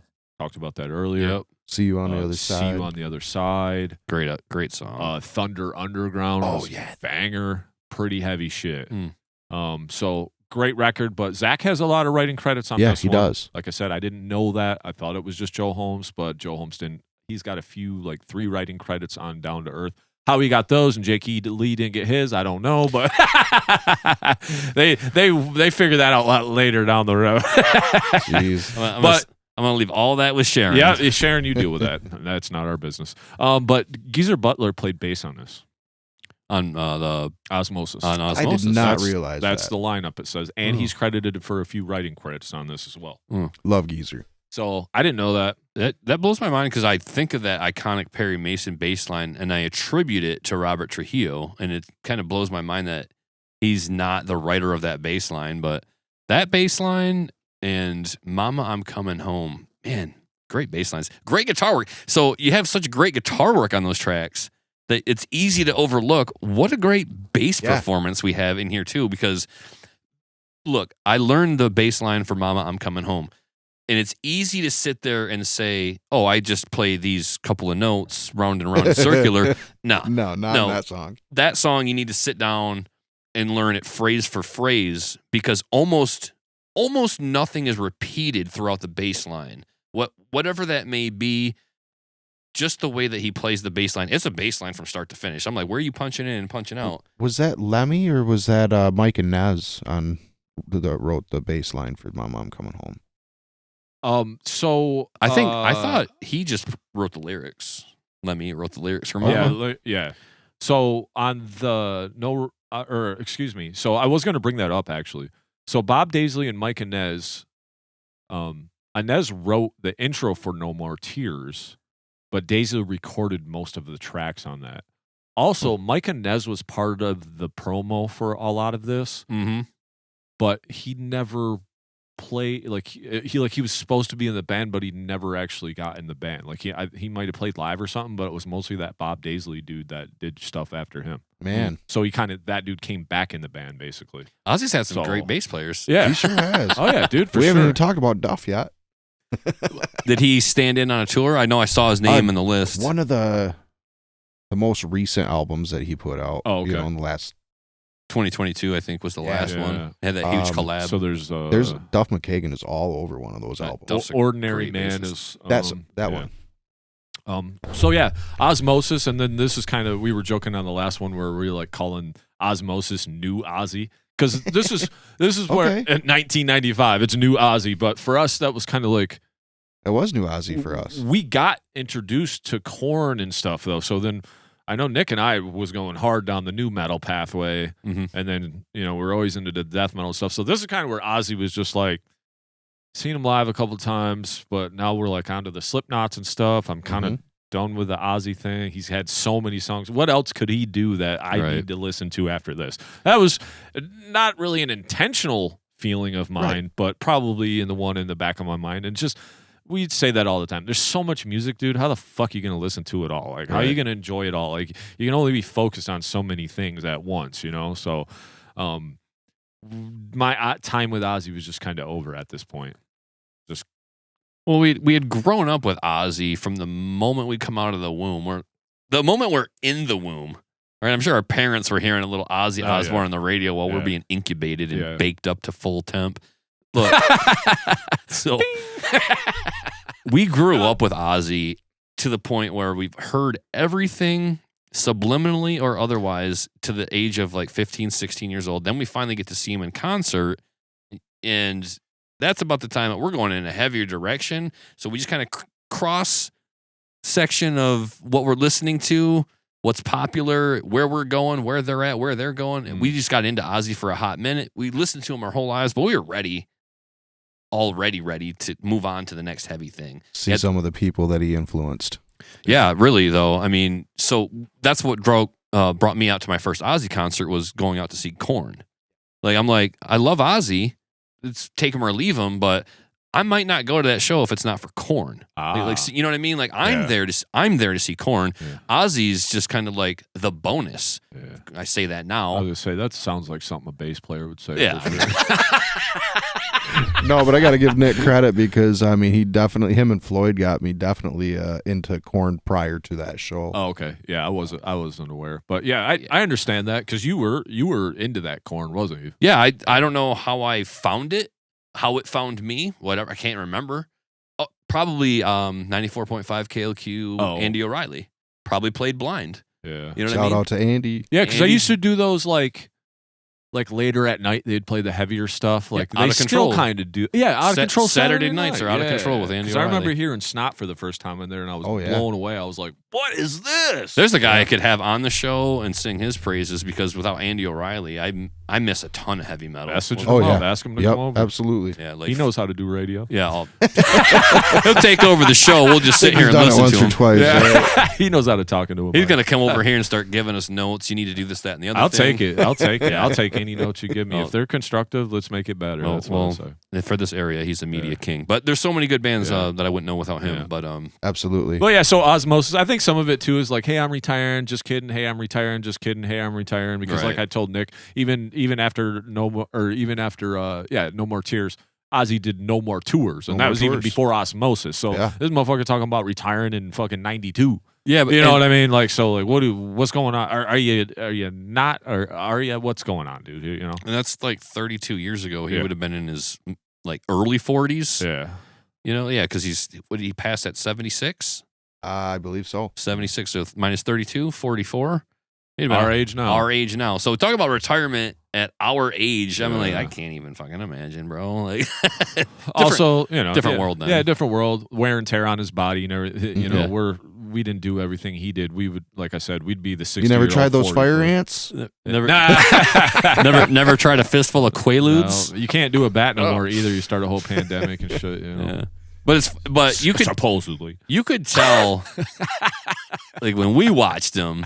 And he's probably 46, 48 maybe around the time we watched him at Wing Stadium. Yeah. Like he looked older though. Like he looked like he was in his 60s then. Yeah. He had a lot of life lived and partied hard and I'll never forget, and you can see it on the the Ozfest DVD. Like he's walking around in the soggy wet trousers. Yeah. You know what I mean? He's just like, he looks old man-ish. Like he's got to do a little waddle. His clap.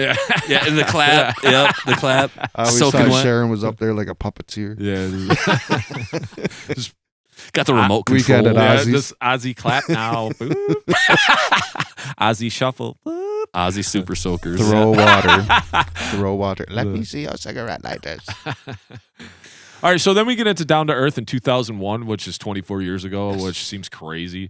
This is where Robert Trujillo comes in. Trujillo? How do you say his fucking names? I can't say any names right on this show. People turn the show off because I don't know how to say names. I think it's on this show. Trujillo. Trujillo? That makes way more sense. Not Jason Newsted. No. Not Jason Newsted. That's who's not in the You band. settle down. Yeah. That's a whole other conversation. So Down to Earth, I didn't listen to this one until I listened to this one, which was like 3 days ago. Pretty good record. I liked it. Gets Me Through and Dreamer were both songs that were actually on the radio. I love that album. Song. Yeah, it's a good one. And then Mike Borden from Faith No More, the guy we talk about a lot on this show, he played drums on this, also probably playing live, because I remember when we seen Ozzy, at least at that show, I know for sure Mike Borden was playing drums. Yeah. Not 100% sure who at Ozfest. My memory of Ozzy that night is fuzzy as shit. And then we got a 6-year hiatus in between. We come up with Black Rain. Mm-hmm. That's 2007. Ozzy vocals, Zach Wild guitar, Rob Blasco Nicholson on bass, and then Mike Borden on drums. So Mike's been around for a while. Was that the first one that Zach came back? I think that was his first album that he was on that Down to Earth one. Oh, yeah. So we haven't hit the Zach hiatus yet, have we? Or No. was that? No, so the in between there, a lot of that was like Zach going out, but he's got Ozzy got a 6-year hiatus. So what's Zach doing there? He's doing the Black Label Society and Pride Zach and Joy Sabbath and Pride and Glory. I forgot about Glory, that. yeah. Yep. So he was kind of doing that stuff in between, and a lot of this. But even for some of this, I feel like some of these, if Ozzy was touring at this time, Zach wasn't on those tours. Well, let me also interject this because we didn't talk about this in the first episode with John. Also, what is Ozzy doing in his life at this time? Because let's not forget, they did a whole series of the Osbournes on TV. Yeah, that's true too. So there could have been like, all right, yeah, I've done the music thing and the touring thing. Now I'm just going to sit at home with my family and like film my family life, because I caught like in the wake of Ozzy passing, my wife watches a lot of reality TV and documentaries. Yeah. So I walk upstairs, she's ironing work outfit, and then here's the Osbournes, and my cringe factor went immediately through the roof because I teleported back in time to when that was happening, and I hated it. Yeah, like I hated it. It was so it was uncomfortable for me then to watch Ozzy in his home with the Sharon and the kids, because to me it was kind of like the antithesis of all that we do in art and metal and music. Breaks down the fourth wall. Exactly. And I'm watching like Kelly have these teenage meltdowns that just, I mean, there's your birth control. You don't want to have a teenage daughter? Yeah. Well, birth control. Because like here she is with the pink mohawk and she's just lippy. Yeah. And she's a kid. She's a teenager. And living in an entitled household with Ozzy the crazy man their whole life is like that's a whole different dynamic as well. Yeah. I mean, I guess it makes for TV. I wouldn't say great TV, right? Well, I mean, it probably makes for great money. Like, but, like, well, to your point, to both of your points, what you were just talking about, we said Down to Earth came out in 2001, and then he had a hiatus, and then Black Rain came out in 2007. Well, so that's basically what, one album, 2 albums in 13 years. So the Osbournes performed on March 5th, 2002, and it ran for 4 seasons, and the final episode was March 21, 2005. So that's exactly what happened. Okay. That's why that hiatus from 2001 to 2007, because that's all he was doing was that show during. So you're exactly right, dude. Yeah, it's something that in the first episode I didn't really think about, like everything else he had going on. We were just going from one guitarist, one album to the next. Mm-hmm. Then I was like, I just recalled, like, yeah, you said Changes. Kelly sang Changes with Ozzy on an album, and then it got me thinking about Kelly and then the whole family, and I was like, oh yeah, they had that whole show for years, and I couldn't. At my age at the time, I couldn't watch it. I couldn't watch somebody close to my age behave like that, have all that money, and I'm like, oh, look at fucking, what's his boy's name? Jack? Mm-hmm. Yeah. Look at Jack hanging out with Meshuggah. Eat your fucking heart out. Yeah. But Jack did great things for metal because like that platform to have the Osbournes on and be talking about Meshuggah. Yeah. Thanks, Jack. Yeah. I mean, thanks, dude. Like that's huge. And they weren't the only band. They're just the biggest one I can think of. But they were way underground at the time. Like Meshuggah's huge now. Yeah. But back then it was like, who's this weird band from Sweden? You know what I mean? So he did a lot for it. But that's what was going on. That's why you have the gaps, is because they were doing the TV show then. And one other thing I would like to bring up too that we kind of didn't talk about in the other episode is like talking about bringing just not only being influential to creating entire genres. I mean, Ozfest.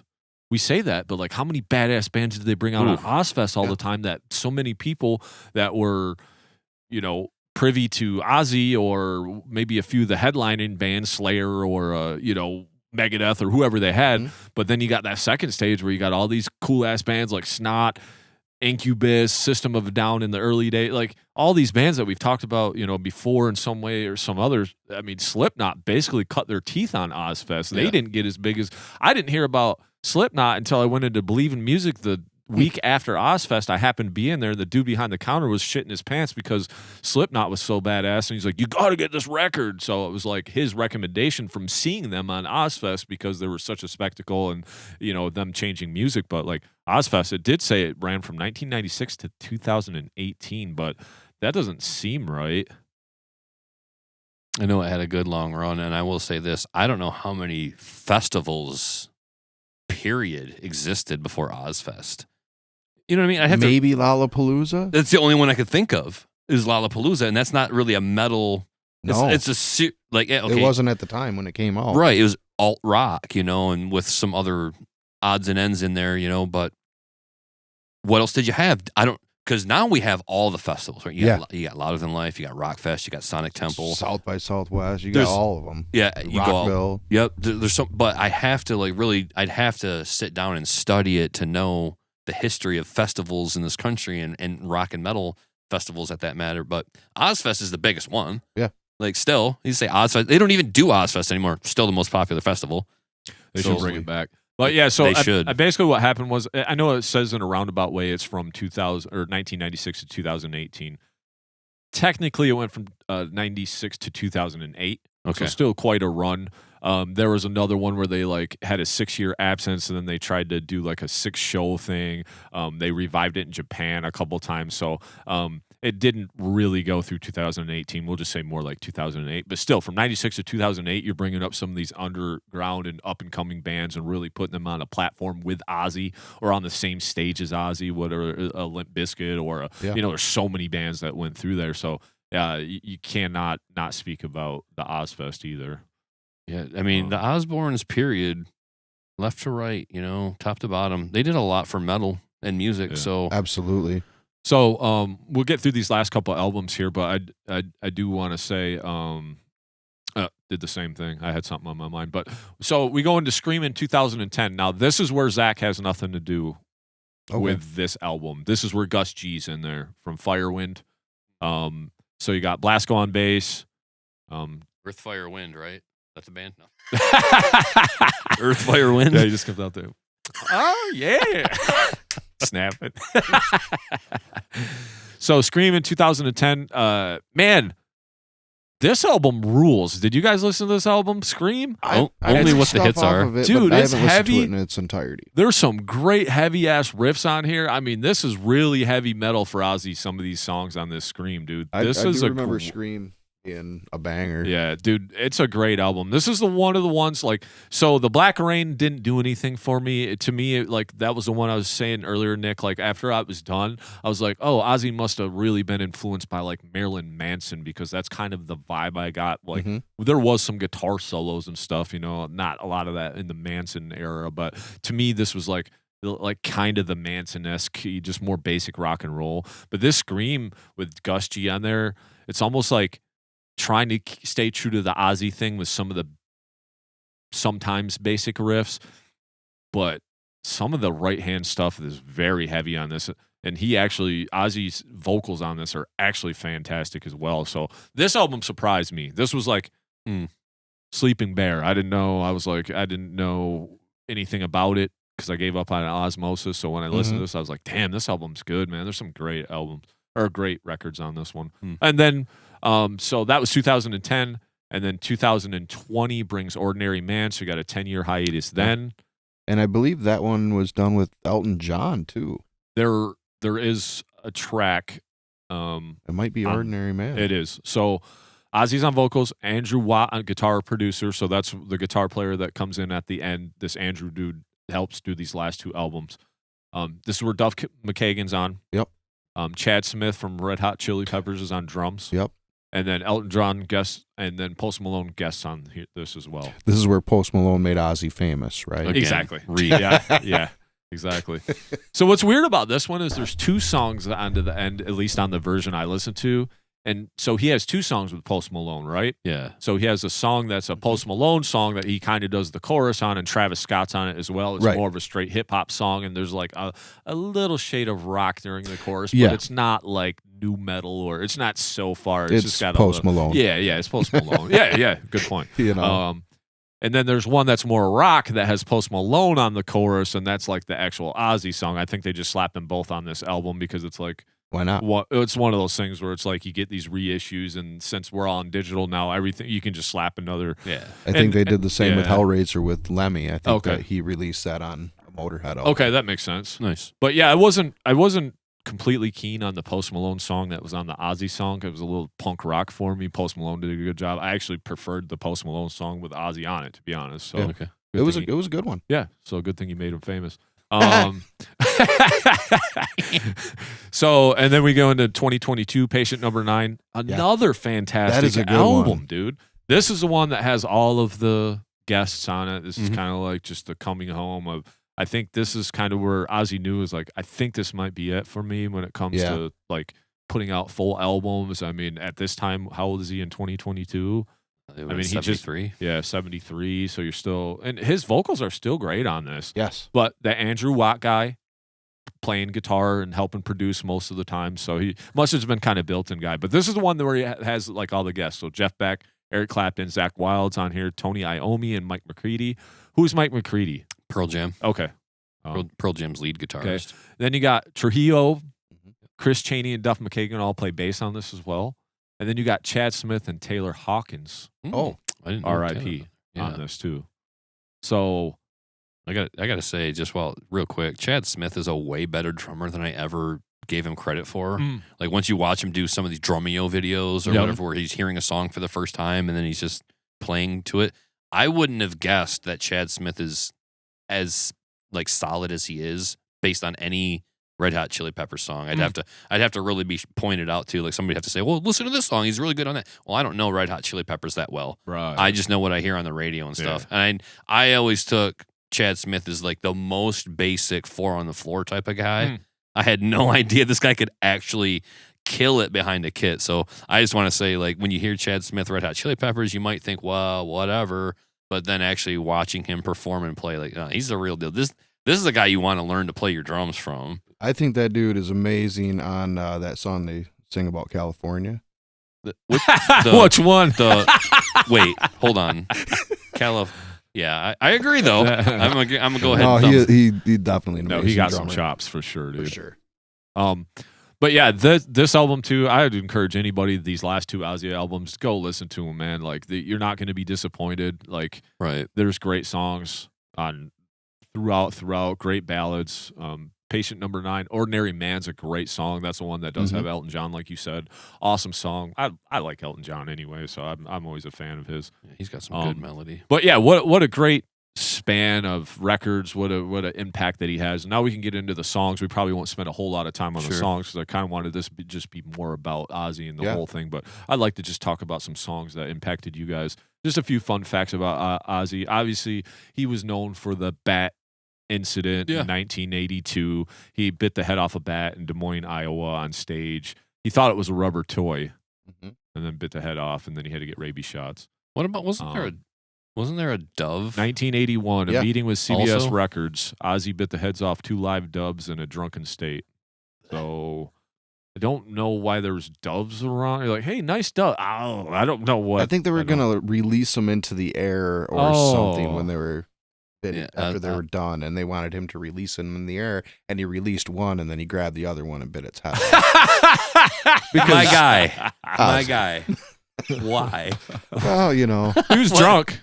I said, bro, which makes sense. He must have been real fucked up because I've been drunk, but I'm not like I need to bite. You're like, I'm hungry. I'm like I need to find an animal with feathers and bite the head off. I've never been that fucked up, but my thing is though is like, and we're talking 1982, so it's a long time ago, but like knowing as much as we know about how filthy, dirty birds are, disease carriers. You know what I mean? I'm like, even touching a bird, an egg, a bird's nest, I'm like, ew, no, get me gloves, get me tools. I don't want to touch it. You know, like it's so like to think that the dude just out here willy-nilly biting heads off of birds. It's probably why we know so much about how filthy birds are. Thank you, Ozzy. Yeah, thanks. I will not touch a bird or a bat. Yeah, we loved your contribution to the music scene, but your contributions towards science was even more impactful. Nobel Peace Prize coming your way. Right. Your impact on avian research has really been profound in our life. Just wild. So we all know Ozzy, you know, we talked about the Ozzy Osbourne, or we talked about the Osbourne show. You know, Ozzy for a long time had drugs, substance, alcohol abuse, you know, all from, you know, just all the way from 70s all the way through the 90s. But he was kind of sober on and off through, like, I don't know if, I think at one time he finally did kind of get sober, but I think it always was a challenge for him. Yeah. He never really spent long bouts, I don't think, being sober, or if he did, it was something that was one day at a time infected by, you know, his other choices. My thing is when I look at a person who's got notorious substance abuse issues, and we're talking about well past, you know, like some drinking and some marijuana, you know, we're talking about hard drug habits, you know, so when they're able to kick those habits and then live a functional life, you know, getting high here and there, and maybe some drinking, but not like excessive drinking. Look, man, it's tough because like you want to sit there and say, probably shouldn't go down that road again. Probably not doing yourself any favors. But then you have to turn around and say, but I'm proud of you for not doing cocaine anymore. Because like that's the real thing. It's like, alcohol not very good for you. Cocaine not really good for you. Like not good at all. Not good at all. Like way worse. And alcohol's not good. But any of those other things, like when you're not doing fistfuls of pills, speed, uppers, downers, when you can just kind of keep it like temper at like some booze and a joint, like, okay, we're not going to sit here and crucify Ozzy for living his life in his 50s and 60s. If he doesn't want to be, you know, dead sober all the time, that's fine. Absolutely. Like, but because he was still functioning. That's You're the thing. And I don't want to like write these passes, especially for people that have addictive personalities. You probably don't want to try and like toe that line and see how well I can function knowing I have a substance abuse issue. Yeah. Like, but Ozzy. Yeah. And we didn't really highlight that. We talked about it because of certain instances like getting kicked out of Black Sabbath, but there's probably a million stories that we could have highlighted just for this, but I didn't want to highlight that. Yeah, I understand the aspect of it. I don't judge the aspect of it. And it's like, it's a different time. It was like, that was the rock star thing to do. I mean, the Motley Crue movie kind of depicted that, you know, and how many other bands were doing that as well during that time. So it's just like all those bands kind of, when you don't have anything and you're 20 something years old and all of a sudden everything's in excess and you don't really understand also probably how the record label works, because a lot of that, I mean, you're hand over fist dollars coming in. You're not really worried about the dollars going out. You're just like, oh, they keep coming in, so I'm just going to fuck things up and do a bunch of drugs. Like, I'm not passing judgment when I say any of these things, but I also didn't really want to highlight, oh, Ozzy did this bag and he was this high that night. And, you know, I don't think that's important at all. In any of these guys' stories, really. Like, everybody kind of has a past or whatever. And he did it hard. He went hard. I mean, you know. I think for me, and I've kind of prefaced this just as we were getting onto the show, is like, you know, when you got kids listening to our podcast or whatever, and you're talking about a musical, you know, genius over the years, I don't want to sit here and glorify the drug use, right? I'm always here to kind of like scale that back, and the drugs almost killed him. Yeah. Period. Handful of times. Yeah. Also, and we've said it on the show several times, and part of it's aging and maturing and growing up, but you just kind of, you know that you can't live that lifestyle anymore, like, period. And I don't think it's just exclusive to like rock stars. I think anybody nowadays is like, it's so hard getting up out of bed and getting to work and paying the bills every day. It's tough to even imagine affording like a drug habit, right? Like how we doing this? How we doing this in our 40s? How we going out to work 50 hours a week and then coming home to habits? Like you kind of grow out of that with age, but then you also kind of look at the era in which we exist, and it's just harder to live that kind of lifestyle. And and obviously I'm here to steer anybody away from that. It's a shorter lifestyle. Yeah. And it's an expensive one. It's unhealthy. It's dirty. There's a lot of things. Hey, look. Also, I'm not like trying to judge anymore either, but I'm always going to be that guy I'll take it one step further and say, but if you do have a habit or a problem, look, either slide into a DM, look up some therapy options. Like, quit it before it quits you. Absolutely. Because absolutely, you don't want to be on that side of it. No, absolutely. And even when you're done with it, it doesn't mean it's done with you. Like, it could take its toll. Yeah. Like, you could be clean for 10, 20 years, and it's still hard to get out of bed because the damage is already done. Yeah. There's so many things that happen to your body over a short span of time, physically and mentally, when you're doing those hard party things. It's kind of like, so that's why when we talk about, we'll sit here and talk about music all the time. When we get on the square of like the rock star lifestyle and we start talking about the drugs, I'm always going to be that square that's like, hey man, don't do it. Don't do it. Like, I know it sounds kind of boring and also dad-like or whatever, but I would protect anybody from the kind of damage that comes with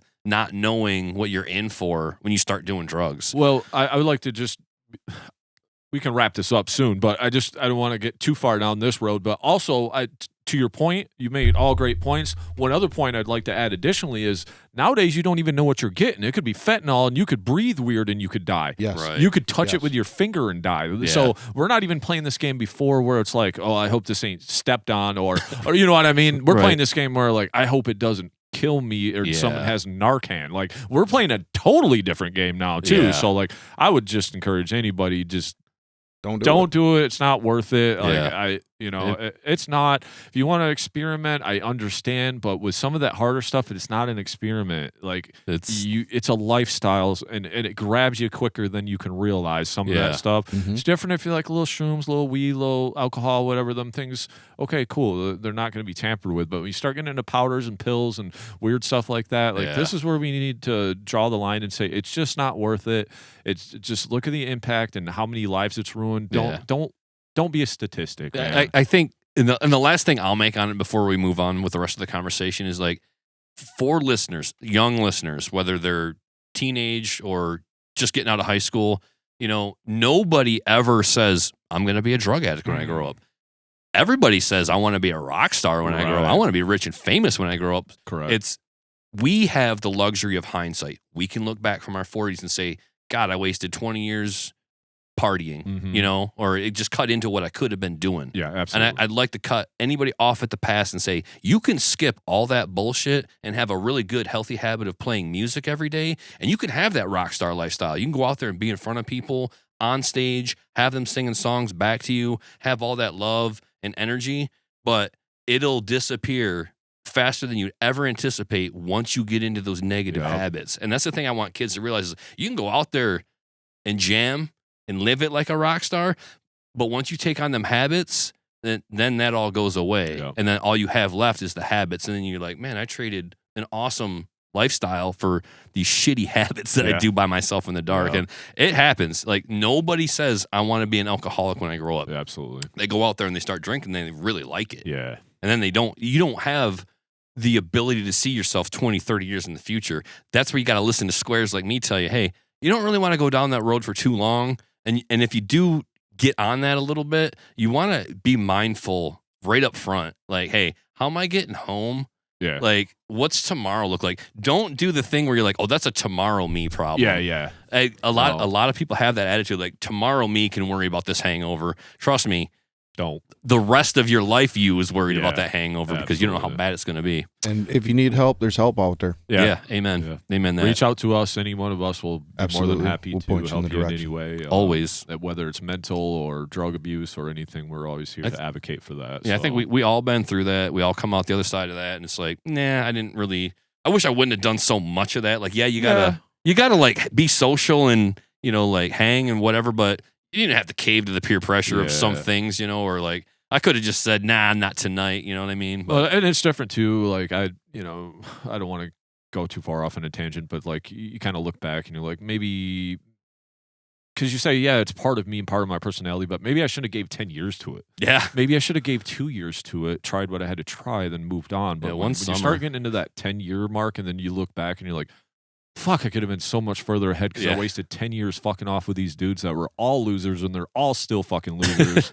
So anyway, that's a whole different podcast. So we're going to get into our top 5 favorite Ozzy / Black Sabbath songs just to wrap this bitch up. Hell yeah. I'm going to let our esteemed guest of honor go first. I know, Nick, you're my guest of honor, but we have the all-powerful David Starketh in the house. So you tell me what. Are you going from 5 to 1? Are they in order? Or are you just naming 5? I'm going to name 5, but like I got 4 of them from different guitar players. Sure. Perfect, because I was a guitar player growing up, so that really, we talked about how influential the different guitar players are to the sound of Ozzy. Yeah. So I got 4 that are that, and then I got another. Okay, go for it. So let's start. We'll just do 1, 1, 1. Sure, We'll just do sounds good. Okay. I'm going to go with Tony Iommi era. And man, we named off so many bangers that the Black Sabbath had, and it's hard to pick just one. And for the sake of sounding like a hipster, like my favorite album, like I said, was the self-titled, the original Black Sabbath album, which was very heavily blues rock based. Right. And the last song on there is Sleeping Village, Warning, Bit of Finger, I think. It all kind of runs together. Yes. And man, I think that song was so underrated, and I love the lyrics. I love the guitar work. That album is what kind of taught me how to be a lead guitar player. So everything was in the key of E. So we're out of the key of E. I can't do it. That's the only box I got. No, but I think that is probably my favorite, Black Sabbath era Ozzy songs. That's a good one, man. That's kind of a sleeper, but it's kind of funny how they did that. They have like the songs and they're kind of long, but they kind of have like they're like all together, kind of like they're like slash this, slash that. I noticed that when I was listening to They did that with NIB as well. Yeah, it's like this, slash this, slash this, but it's kind of all the same. Yeah. So, all right, that's a good one. What do you I like? like that one. What too. do you like? What's your first? I'll let Nick go.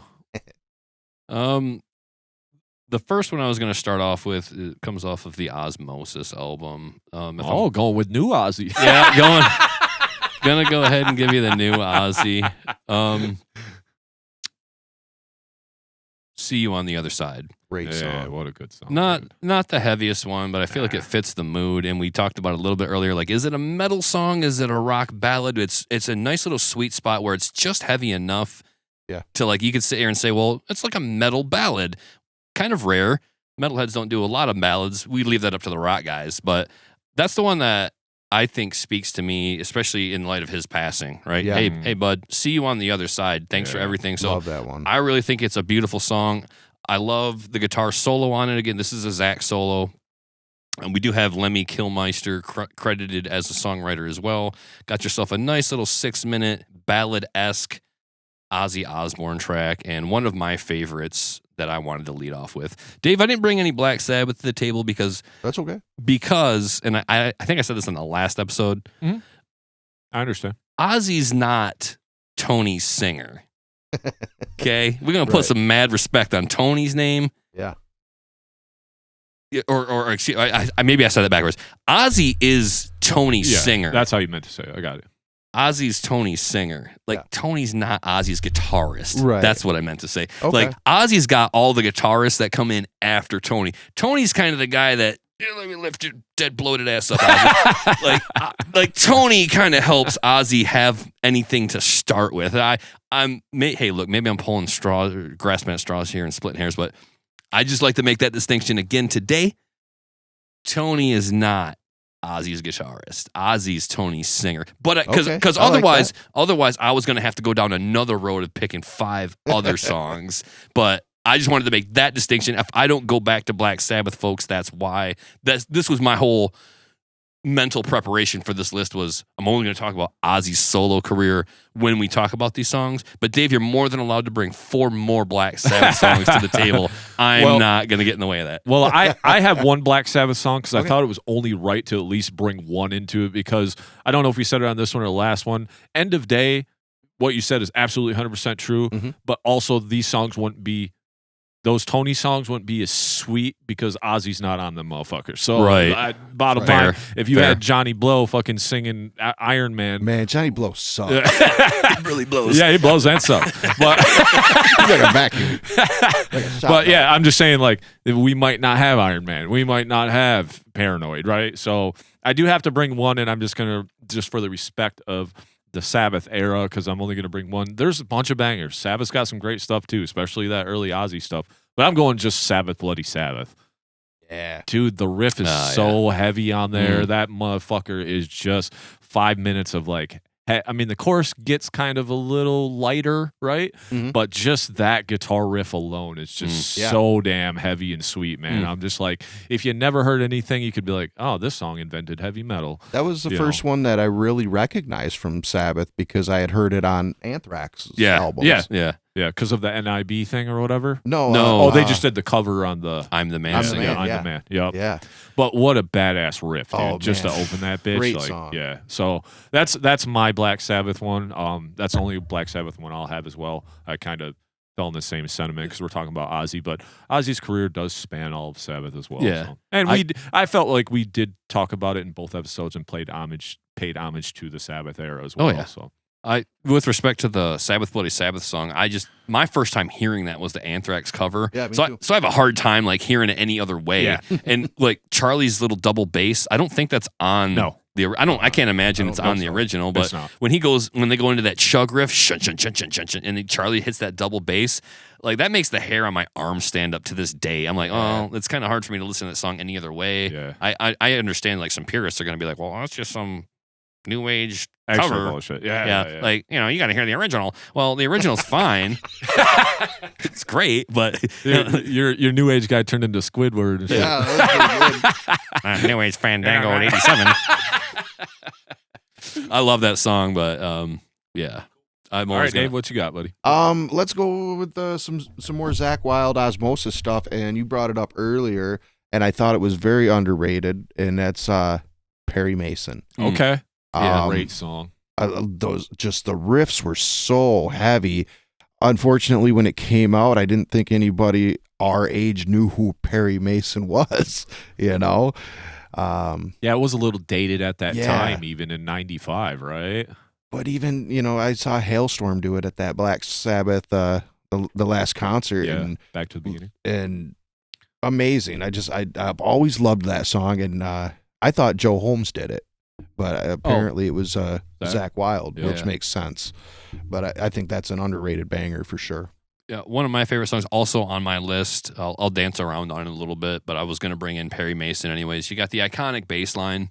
And what a nice way to follow up another iconic bass line in Mama, I'm Coming Home and No More Tears. Both. Yep. Both had iconic bass lines in my opinion. And then you come out to this newer album, the new Ozzy, Osmosis. Also, Perry Mason, just to start, you got the keyboards heavy, thick to introduce the song on the album. And then it just punches it. Bah, shun, shun, shun, shun, shun, like the violins come in shun, shun, with the guitar. Yeah. Just goddamn, what a great song. So good, dude. Right when you're thinking maybe there's no possible way this guy's got anything left in the tank. Yes. He drops Osmosis on you, and you're like, oh. Not only is that like a long overdue song or album title coming from you, sir, like thank you for the Osmosis I've been waiting for, but also a great album musically front to back. Just a great album. But yeah, Perry Mason. Watch the 1996 Ozfest video with Joe Holmes playing the guitar. We said his name a lot. Yeah. He did a lot of good work for Ozzy in the time that he was in the band. Writing credits aside, you can just watch him rip it up on stage on some old recordings and does a great job of it. Love his style. Love that song. And Dave, cheers. I had it on my list as well. One of my favorites. I know it's on the newer side, but you got the production. Yeah. You got the song quality, the songwriting quality, all the instrumentation. Absolutely great. All right, so my next one is gonna be just straight up Road to Nowhere. Ooh, yeah. Great Man, song. it's just one of those ones. By the end of it, this is one thing I kind of touched on in the other episode, and this is one thing I really wanted to touch on. The thing about Ozzy is like he kind of had this persona of like the crazy guy, the evil guy to the general public, right? Like he was always in that light. The whole bat biting and dove incident didn't help him not be a crazy fucking dude, right? But his songs and lyrics, even newer stuff, the average Joe could listen to that and be like, that relates to me. Yeah. It's so relatable, his lyrics, Mhm. whether he helped write them, co-wrote them, did the melodies, whatever it is. It's still impactful and still can take just a regular guy and listen to what he says and be like, it's kind of like country music, right? Where it's like, yeah, maybe it's not your favorite genre, but a lot of times you're like, oh, he's speaking to me. Mhm. That's where I feel like Ozzy comes around a lot in his stuff, you know? And Road to Nowhere is one of those songs. It's like, the road to nowhere leads to me. Like, you just start getting these weird existential ideas from it and questioning things. And the melody is great. And by the end, you're just like, wow, this it Perfect kind of closing feels to good, a but song. at the same time, it's kind of sad. Yeah. So you're kind of like, I don't really know how to feel. And that's what great art is. It kind of makes you question things and not know how to feel. So what a badass song that comes off of, one of the greatest albums of all time. And I would beg to differ. No More Tears, Road to Nowhere, 5 minutes, 56 seconds. Yeah, that one's a great badass one to record. close out that album. Yeah. Perfect song. And I kind of wanted, honestly, I could have been like the total in my feels guy and been like, I'll just pick all ballads. Yeah. Because they're all great. All Yeah. of his ballads are sick as hell. I Absolutely. mean, I don't care what you said. They're all badass. But Road to Nowhere, that's mine. Had to throw that one in there. So Absolutely love that song. Good pick. go ahead, buddy. Let's go with the Randy Rhoads era. Okay. Okay. There was a lot of great songs off those first two Ozzy albums. Sure. But the one that really stands out to me, because, the thing that I really loved about Ozzy was, as great of a singer as he was able to showcase the other musicians in the band, whether it was Bill Ward ripping on some War Pigs, or, you know what I mean? Or, those iconic bass intros. And that's where this one really gets me is Believer. Okay. I really like that intro bass. The lyrics hit, those guitar riffs are just awesome. I think that's probably one of my favorites from the Randy Rhoads era. Great vocal melody on that one too, man. That's another one of those stick in your head ones. Like you can just recall the chorus, right? Like, Yeah. And kind of one of them existential type, make you think Makes about you stuff, Like, If you can be vague, it hits Yeah. more people. Yeah, absolutely. Yep. That's a good pick. I like that one. One of them, yeah.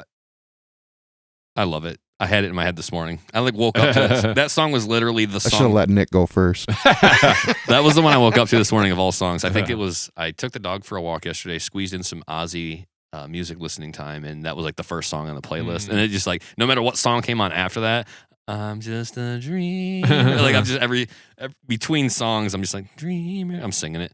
For me, another one, I'm going to go for another one off the Osmosis album. So this is now our, third? Yep. Off of this one. I Just Want You. A little bit like I think it's understated. It's not one of his big fast ones. It's also not a ballad. It just it has a mood to it. And I love the wordplay in the verses. I don't know the lyrics off the top of my head, but I love the wordplay. If you go and listen to the song, like, oh, that's clever. Oh, how come nobody's ever done that line before? Like, and he just spits off like a half a dozen of them. Yeah. Like these little, like just the wordplay back and forth from the first half to the second half of the sentence in the verses. But just another one that kind of disappeared. Like, I didn't really, not a biggest hit. Like, he's got bigger hits, but one that when after his passing, they started playing some of those deeper cuts, and I heard it, and I was like, man, I haven't heard this one in years. I feel like it must be an older song. I didn't know what album it was from. I honestly did. I didn't realize. A lot of this stuff is like it's in my brain, but I don't have it filed album per album. Right. I don't know. It's not in some order. of it. Yeah, some of it I don't know where that ballad comes from, what era. So I was thinking, I Just Want You. It must have been like a No More Tears era or prior. I just don't Kinda recognize it because Yeah. sometimes I don't know the difference between A Shot in the Dark or Say Goodbye to Romance and Road to Nowhere. Like I'm like, where do these fall in the timeline? And now I'm pretty well studied in the last week. Now I know. Now I know better. Right. And I'm like, wow, I didn't realize how much I like this Osmosis album. I've got like all these songs that they come up, but that's just a product of the time. Yeah. Like I was listening to that song. I must not have realized I've been listening to I Just Want You. Not as much as the other songs, but a lot since it dropped. So it's one that I thought I had in my head that was older than it is, but just a great song. Another one of those. It's got some cool keyboard piano parts, I think, and it's a little bit subdued because it's not the heaviest thing, but it's also not like the biggest ballad per se. I just thought he had a lot of wisdom coming through in those lyrics, and maybe it is more of a lyrical thing for me, but it's a great song. Yeah, it's a great rock song, dude. Yeah, I love it. Great hard rock. Yeah, it rolls right out of Perry Mason, and then you go into I Just Want You. So yeah, good song. Just one that I wanted to highlight. I know he's got a huge catalog, but one that sticks out to me among all of those is being maybe a bit of a deeper cut. Perhaps, but still a great song that I want everybody to listen to after they hear this podcast. So speaking of deeper cuts, I was like, I'd be remiss if I just only did all the classics because people know all the classics. Yeah. Right. People know a lot of the Ozzy catalog. But me doing my research for this podcast and like listening to the new Ozzy, that's actually new past Osmosis, 1995. So I had 20 years of Ozzy to catch up on you. Yeah. But it helps because at work I can just listen to albums while I'm doing my job. So I could blow through 2 Ozzy albums a day, which helped get ready for this. So there's a song called Latimer's Mercy, and it's on Scream. Okay. I know you guys aren't super familiar with that, but for some reason, that song came on, and the riff that Gus G's playing on that, and just the actual riff, the chorus, everything. I was like, I have to put this on my top albums because it's so nice to hear Ozzy, because we hear these ballads, we hear these hard rock songs, we hear this. This is almost just a metal song, dude, like a straight up metal song. There are some heavy riffs on this Scream album. That's why I was singing its praise earlier, because it's almost like, I don't know what Gus G's doing, but he's not doing the Randy Rhoads trimming on the A string and like all the chords on the A, you know what I mean? Like we're like chugging heavy on the heavy riffs. So like we're still giving you some choruses, some chords, but for some reason this Latimer's Mercy it stuck out to me big time. I was like, I'm gonna put this on my list. It may not be like, oh well, Ozzy has so many other songs, so it's kind of a dark horse. And there's another one called Dead and Gone that's on Patient Number 9 that I was thinking about interchanging, just so we got some newer stuff on there. Yeah. But it's almost like the Sepultura episodes we did. Yeah. Like, don't be remiss not to listen to this new stuff, because you could be missing out on some of the better stuff that's out there by these artists, right? I'm not saying this is Ozzy's best stuff by any means, but like unlike the Sepultura stuff, which I think that's some of their best stuff, the last few albums that they had, these might not be the best Ozzy albums, but there are some great stuff on here, and they're worth listening to. So Latimer's Mercy, got to go with that one. If you guys pop it on the way home, just check it out. Yeah. Like, okay, I see what Jay's talking about, because this is some heavy, cool guitar going on here. Ozzy, of course, is always going to bring with the rhymes and the lyrics and the great choruses and the big songs. So you can count that in, but that's a great song. Yeah, I'm unfamiliar, so I'm going to pop it on the way home. I don't know every Ozzy song, but this is the reason I'm happy to do this sort of thing, because we're going to get some deep cut along the way where somebody's going to be like, oh, I don't know that song. I'm going to go and listen to that. So that's going to be one for me. I'm definitely going to listen to. And I agree with you too, Jay. While I was listening to some of the newer stuff that came out post Osmosis, like that's the cutoff point for us. And pretty much for Ozzy too. He did that long break. Yeah. But anyway, there are good songs that maybe I heard him on the radio and I didn't give him enough credit. I was like, oh, here's Ozzy just trying to stay relevant, and again, my taste having changed over the years. Maybe I didn't hate it. It wasn't bad. But I also wasn't like, oh, I need to run out and see Ozzy in concert again because he's got another new single.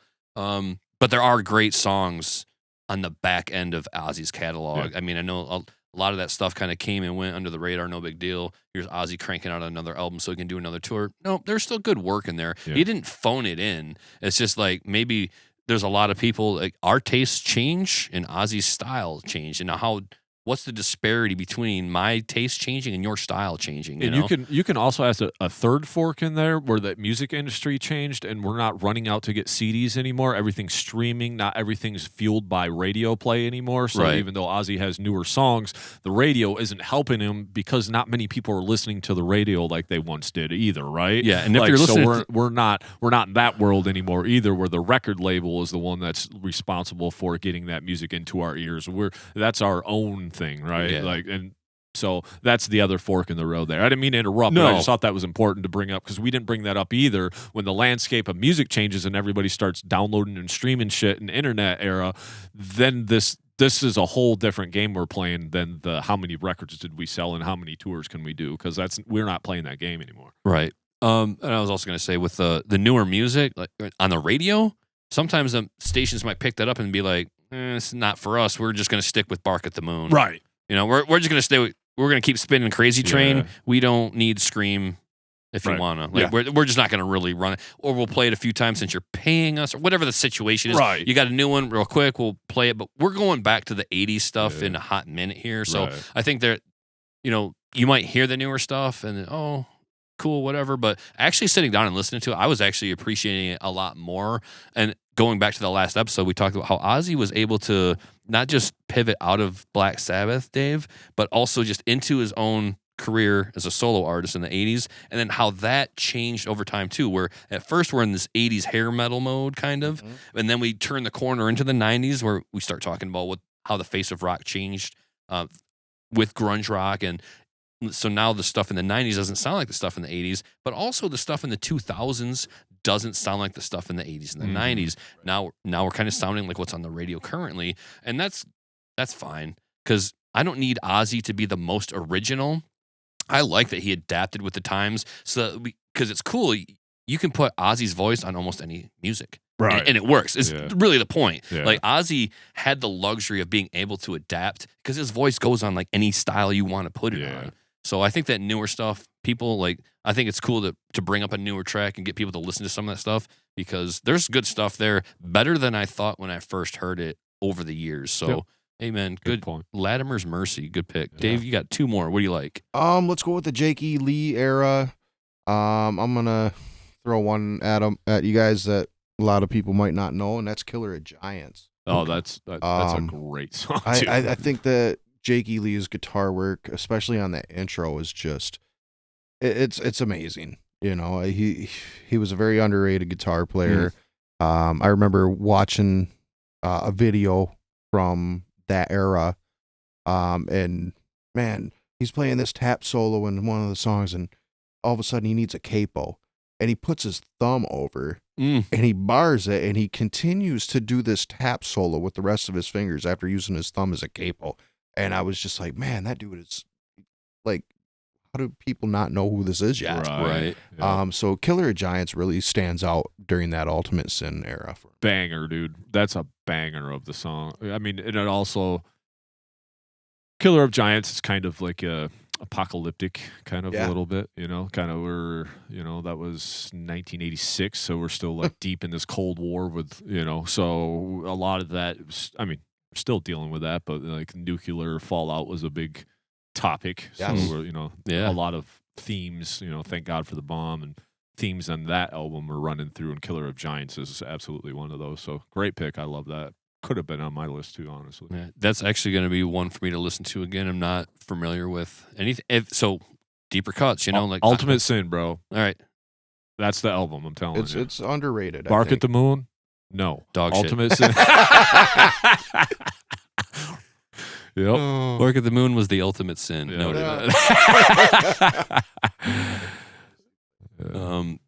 I'm looking forward to both of those songs. They're going immediately on the player. We'll probably just put the whole Ultimate Sin thing on. Dude, Ultimate Sin's great. For me, I got two more that I'm going to go with here. And I kind of wrestle with where to put these, one over the other. But for this song, I got to go with Mama, I'm Coming Home. Okay. I mean, look, probably his most famous song. You could throw a dartboard at a handful of his songs and say, no, that's his most famous song. But Mama, I'm Coming Home, man, what can I say about it? First of all, you got a beautiful love song to your partner who you're missing. You've got one of the most iconic leads, you know, just like when you go into that guitar solo, like you can sing it. Yeah. Like a Brazilian audience at a metal concert. They can just sit there and sing the whole thing to you verbally. Yeah. You know, they love that music that much. Well, you can sing the the Mama, I'm Coming Home solo that way too. You got the beautiful acoustic guitar intro. Just a great song. Obviously, everybody knows it. If you don't know Mama, I'm Coming Home at this point, maybe start there. Yeah. Well, welcome to Heavy Metal 101. Right, yeah, You know, absolutely. I don't know what I could say about the song. It speaks enough for itself, but one of my favorite songs, great bass line, great guitar work. Ozzy singing, you know, to the love of his life. Beautiful. I don't know what more I could ask for out of it. Man, I mean, great bass line. I've sat there and messed with that thing so many times, hours on hours. I'm like, why is this? It can't be this hard. It can't be this difficult. Well, it just changes all the time. Yeah. Every little nuance to it changes. So Yeah. just one of my favorite songs. I don't see making a top 5 list of Ozzy songs without it. Dave, if you did, it's okay. Still have you back. It's, if the next one ain't Mama, that's okay. You're still friends of mine. No, that's a banger for sure, dude. I love it. I played that one for years, man, and I was always afraid if I played the solo wrong, everybody would know. Yeah. Oh, yeah. I feel like it is one of those solos too, where Yeah. you hear it so much on the radio, you like kind of like know. You know it. Yeah. And so if you're gonna put yourself through playing it, yeah, you better put the hours in, because I think it's no matter how difficult it rates, you still want to nail it. Yeah. You know, like Just jammed that one the other day. Love it. Happy to hear it. But yeah, All right. Mama. For me at number 2 for my list, Mama. Okay. Number 2 on my list, gonna go with something off my favorite Ozzy album, which is No Rest for the Wicked. I've said that multiple times. I'm going Bloodbath in Paradise. Yeah. Ooh. Just because it's a heavy one. I was thinking about putting Fire in the Sky in there because that, like you said, the one song was stuck in your head. Fire in the Sky has been stuck in my head now for 4 days. Mm. Fire in the sky. Nice. Oh my God, That's a great one to have stuck in your head. But Bloodbath in Paradise is such a sweet song. Super heavy. Like I said, it's kind of about the Charlie Manson thing. So it gives you a little bit of that, like kind of Ozzy, you know, walking the line of the evil lore, like bringing Right. up the Charlie Manson thing and kind of that. But I just had to pick something off of here because I very well could have put Miracle Man or Demon Alcohol or something on there. Bloodbath but, is amazing. yeah, dude. what a great song. So just had to represent No Rest for the Wicked. So sorry, mine wasn't Mama, I'm Coming Home either. So. Well, you got one more chance. Well, I don't know how happy you're going to be. Good thing we're about to wrap this up. So. All right, Dave. All right, for my Well, last last one, one. it's Not Mama, I'm Coming Home. Even though, I mean, that's a banger, dude, for Yeah. sure. But it is the first or the only ballad one on my list, and it's a newer one, and it hits me in the feels. I feel like it's one of Ozzy's most honest songs, if you will, and I think that that's a Dreamer. Okay. I think that you know, I right after he passed, I saw a compilation, man, with that song, and man, it hit me in the feels bad. Yeah. But I mean, that's what music's supposed to do. Yeah, amen. And so, you know, and again, these are in no particular order, but you know, Dreamer is definitely one of my favorites. Which album was that from, Dave? Was it Osmosis or Ozman Cometh? I saw it earlier. I'm like, because there's so many now. I'm trying to like I think it's the one after Osmosis. trying to pin every single one. So of that these. would be 2001, was it? I'm looking at all of his albums. Ozman Cometh. I just want to make sure I'm telling the audience so that if they're interested in finding like this information too. No, this is all hits. Where is it? Because I was looking at where the changes with Kelly comes into play too. We don't have to talk about it's that one Down to Earth, 2001. Okay, Yeah, I thought so. Yeah. All right, thank you. No, Kelly's voice wasn't that bad. No, she was good. That was a great remake. Down to Earth. Yeah, that's a pretty good song though. I like that one too. It's a sticky one too. So only ballad. So that's your number one though. That's Well, I mean, again, no particular order, but I mean that one hit. You know, it catches me in the feels like "See You on the Other Side." Yeah. You know, Yeah. or heard that. you know, I think it's an underrated one that No, it's you know it's really it's, stuck out from that album. it's funny because before I even had it in my head, I had it in my head. I Yeah. was thinking of the songs like that. What's another Ozzy song that I might mention? And Dreamer was definitely on the list of possibilities for me as well, too, Dave. I actually thought I might take a drubbing if I did announce it. Like, this is a metal show. How can you Dreamer? But since you're the guest. Right, I'll do it for you. Yeah, thank you, bud. I happen to agree. It's a great song. It is. And lastly, for me, because it is a metal show, I wanted to bring like a heavier one to the table for the last one. So for me, the Ozzy Osbourne song of all time, of all acts, is No More Tears. No more Okay. tears. It's like, look, Why sit here and try to like make a case for any of the song? You may. It's fine. To me, when you got whales calling out and church bells ringing in the middle of your hit ballad, or if it's a ballad, it almost feels like it's between. Like it goes into a ballad mode, but it's also like those chugs on the verse. Amazing song. Like the most heavy thing you can get. Like, please, all day with that. It's just a hand in the bush. It's just a hand in the bush. Yeah. So for me, that song is the quintessential Ozzy Osbourne song. I mean, I could have made a case for something else or a Black Sabbath song or what have you, but it's still like it. Just thinking about it, man. Look, see that, Dave? Just thinking about those bells, gong. That song comes on the radio. I'm like, I'm sorry. We're trapped in the car for 8 minutes. Yeah. Like, you can't get out. It's running, the garage door's open, we're full volume. I still don't get tired of it. And that is what makes a great song so great. You can go back 1991. You play it for me. As soon as I leave, I'm listening to the whole thing. I still love it. I can't get enough of it. So, and then shout out Zach Wilde for being the man on that. Yep. Like, just amazing work. Great stuff. All right, cool. So for me, I'm putting this one at number 1 because I'm a metal dude.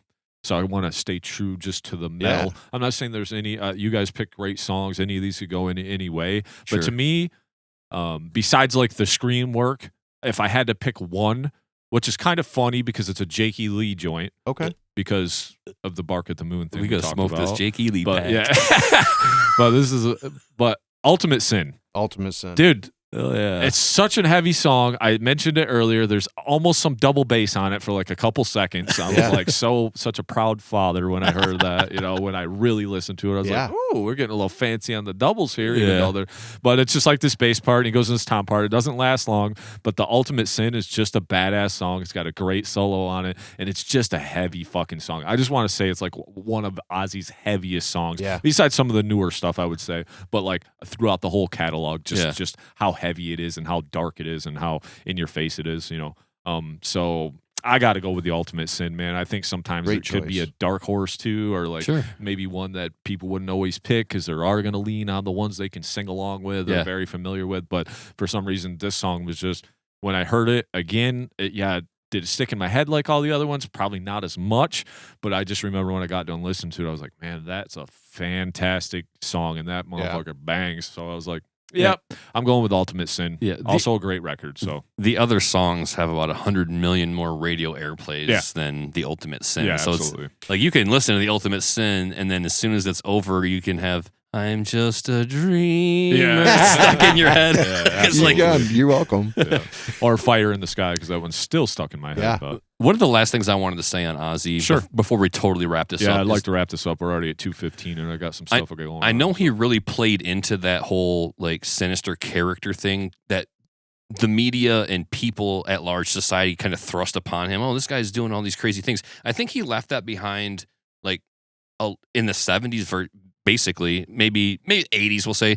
But he was able to go out and sing all these songs about it after the fact, in which he just kind of leaned into it. But he wasn't really that guy. I think the real guy is the introspective guy that can take all that misbehavior or all the acting out in the 80s, 70s, and 80s and then turn around and sing about it and advocate for what are the best things in his life after all of that, which is just the ability to be on stage and sing for his fans, the ability to come home to his wife who loves him and his kids who love him. And so he was really able to like say that essentially to me on the back end of his catalog. Once you get into No More Tears and going forward, if we're calling No More Tears back end, it's sort of the middle of the road. Yeah. But like he had the ability to really like express his wisdom over the years in the back end of the catalog. Yeah. So listen to those lyrics on the back end. Super valuable. Love it. Love the way he like sang that song for his fans, because of you. Like it kept him going. Yep. Like he the whole like last 20 years of his life is all about just being able to get on stage and sing for his fans. And here we are talking about you, Ozzy. The world's going to miss him. Yeah. Like we got a lot of Ozzy. We got a lot. We got a lot of Ozzy. Yeah. A great career, great life, well lived, and one last concert, and then good night. Yep. Thank you. When your purpose is gone, man. Yeah. The one thing I want to say is like Ozzy Osbourne's not the greatest singer. Like he couldn't go on America's Got Talent and they'd be like, "Oh, he's a guy," Because he's British. What? No. If you're British, you shouldn't go anywhere, in my opinion. But no, I'm just kidding. But what an iconic voice that no one will ever be able to like match, right? Like people could sing like Ozzy, but you're always going to sound like Ozzy. No one sounds like Ozzy unless you sound like, you know what I mean? Like it's one of those things like your band, you could sound like Tool, but you'll never be Tool, right? Because it's its own thing. Right. You can't be Ozzy. So goated, king, godfather of heavy metal, prince of darkness, whatever you want to call him. Osbourne's aside, whatever, because I didn't like it either because it turned it into a meme where like, it's like, dude, that's my hero, man. Stop treating him like that. Right. He also let them people in his house, so that was on him.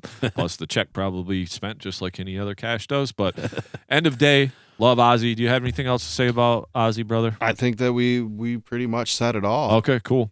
I do want to say for all your real estate needs, hit up Stark Real Estate. You. Yeah. So and thank you so much for coming through, man. Absolutely, anytime, man. A great opportunity for you to come through. If we get up another, if you like doing it, if we get another, guest host spot, and we'll throw it your hit way. me up. See if I'd you love wanna to come do it. by. Love the conversation. And like I said, the road leads to you, buddy. And it brings me back, man. Yeah, It just, so many happy brings me returns. Back to, Yep. to when, long time. With that being said, thanks, Dave. Much thanks, love, Nick. guys. Keep it metal. Keep it metal. Thank you so much for checking out the episode. Be sure to hit that like button and give us a share. Yeah, and if you enjoyed our podcast today, please give it a rating on your streaming service to help us gain some exposure. And if you really enjoyed the show, please give us a follow or hit that subscribe button and come hang out with us every week. And remember, keep it metal.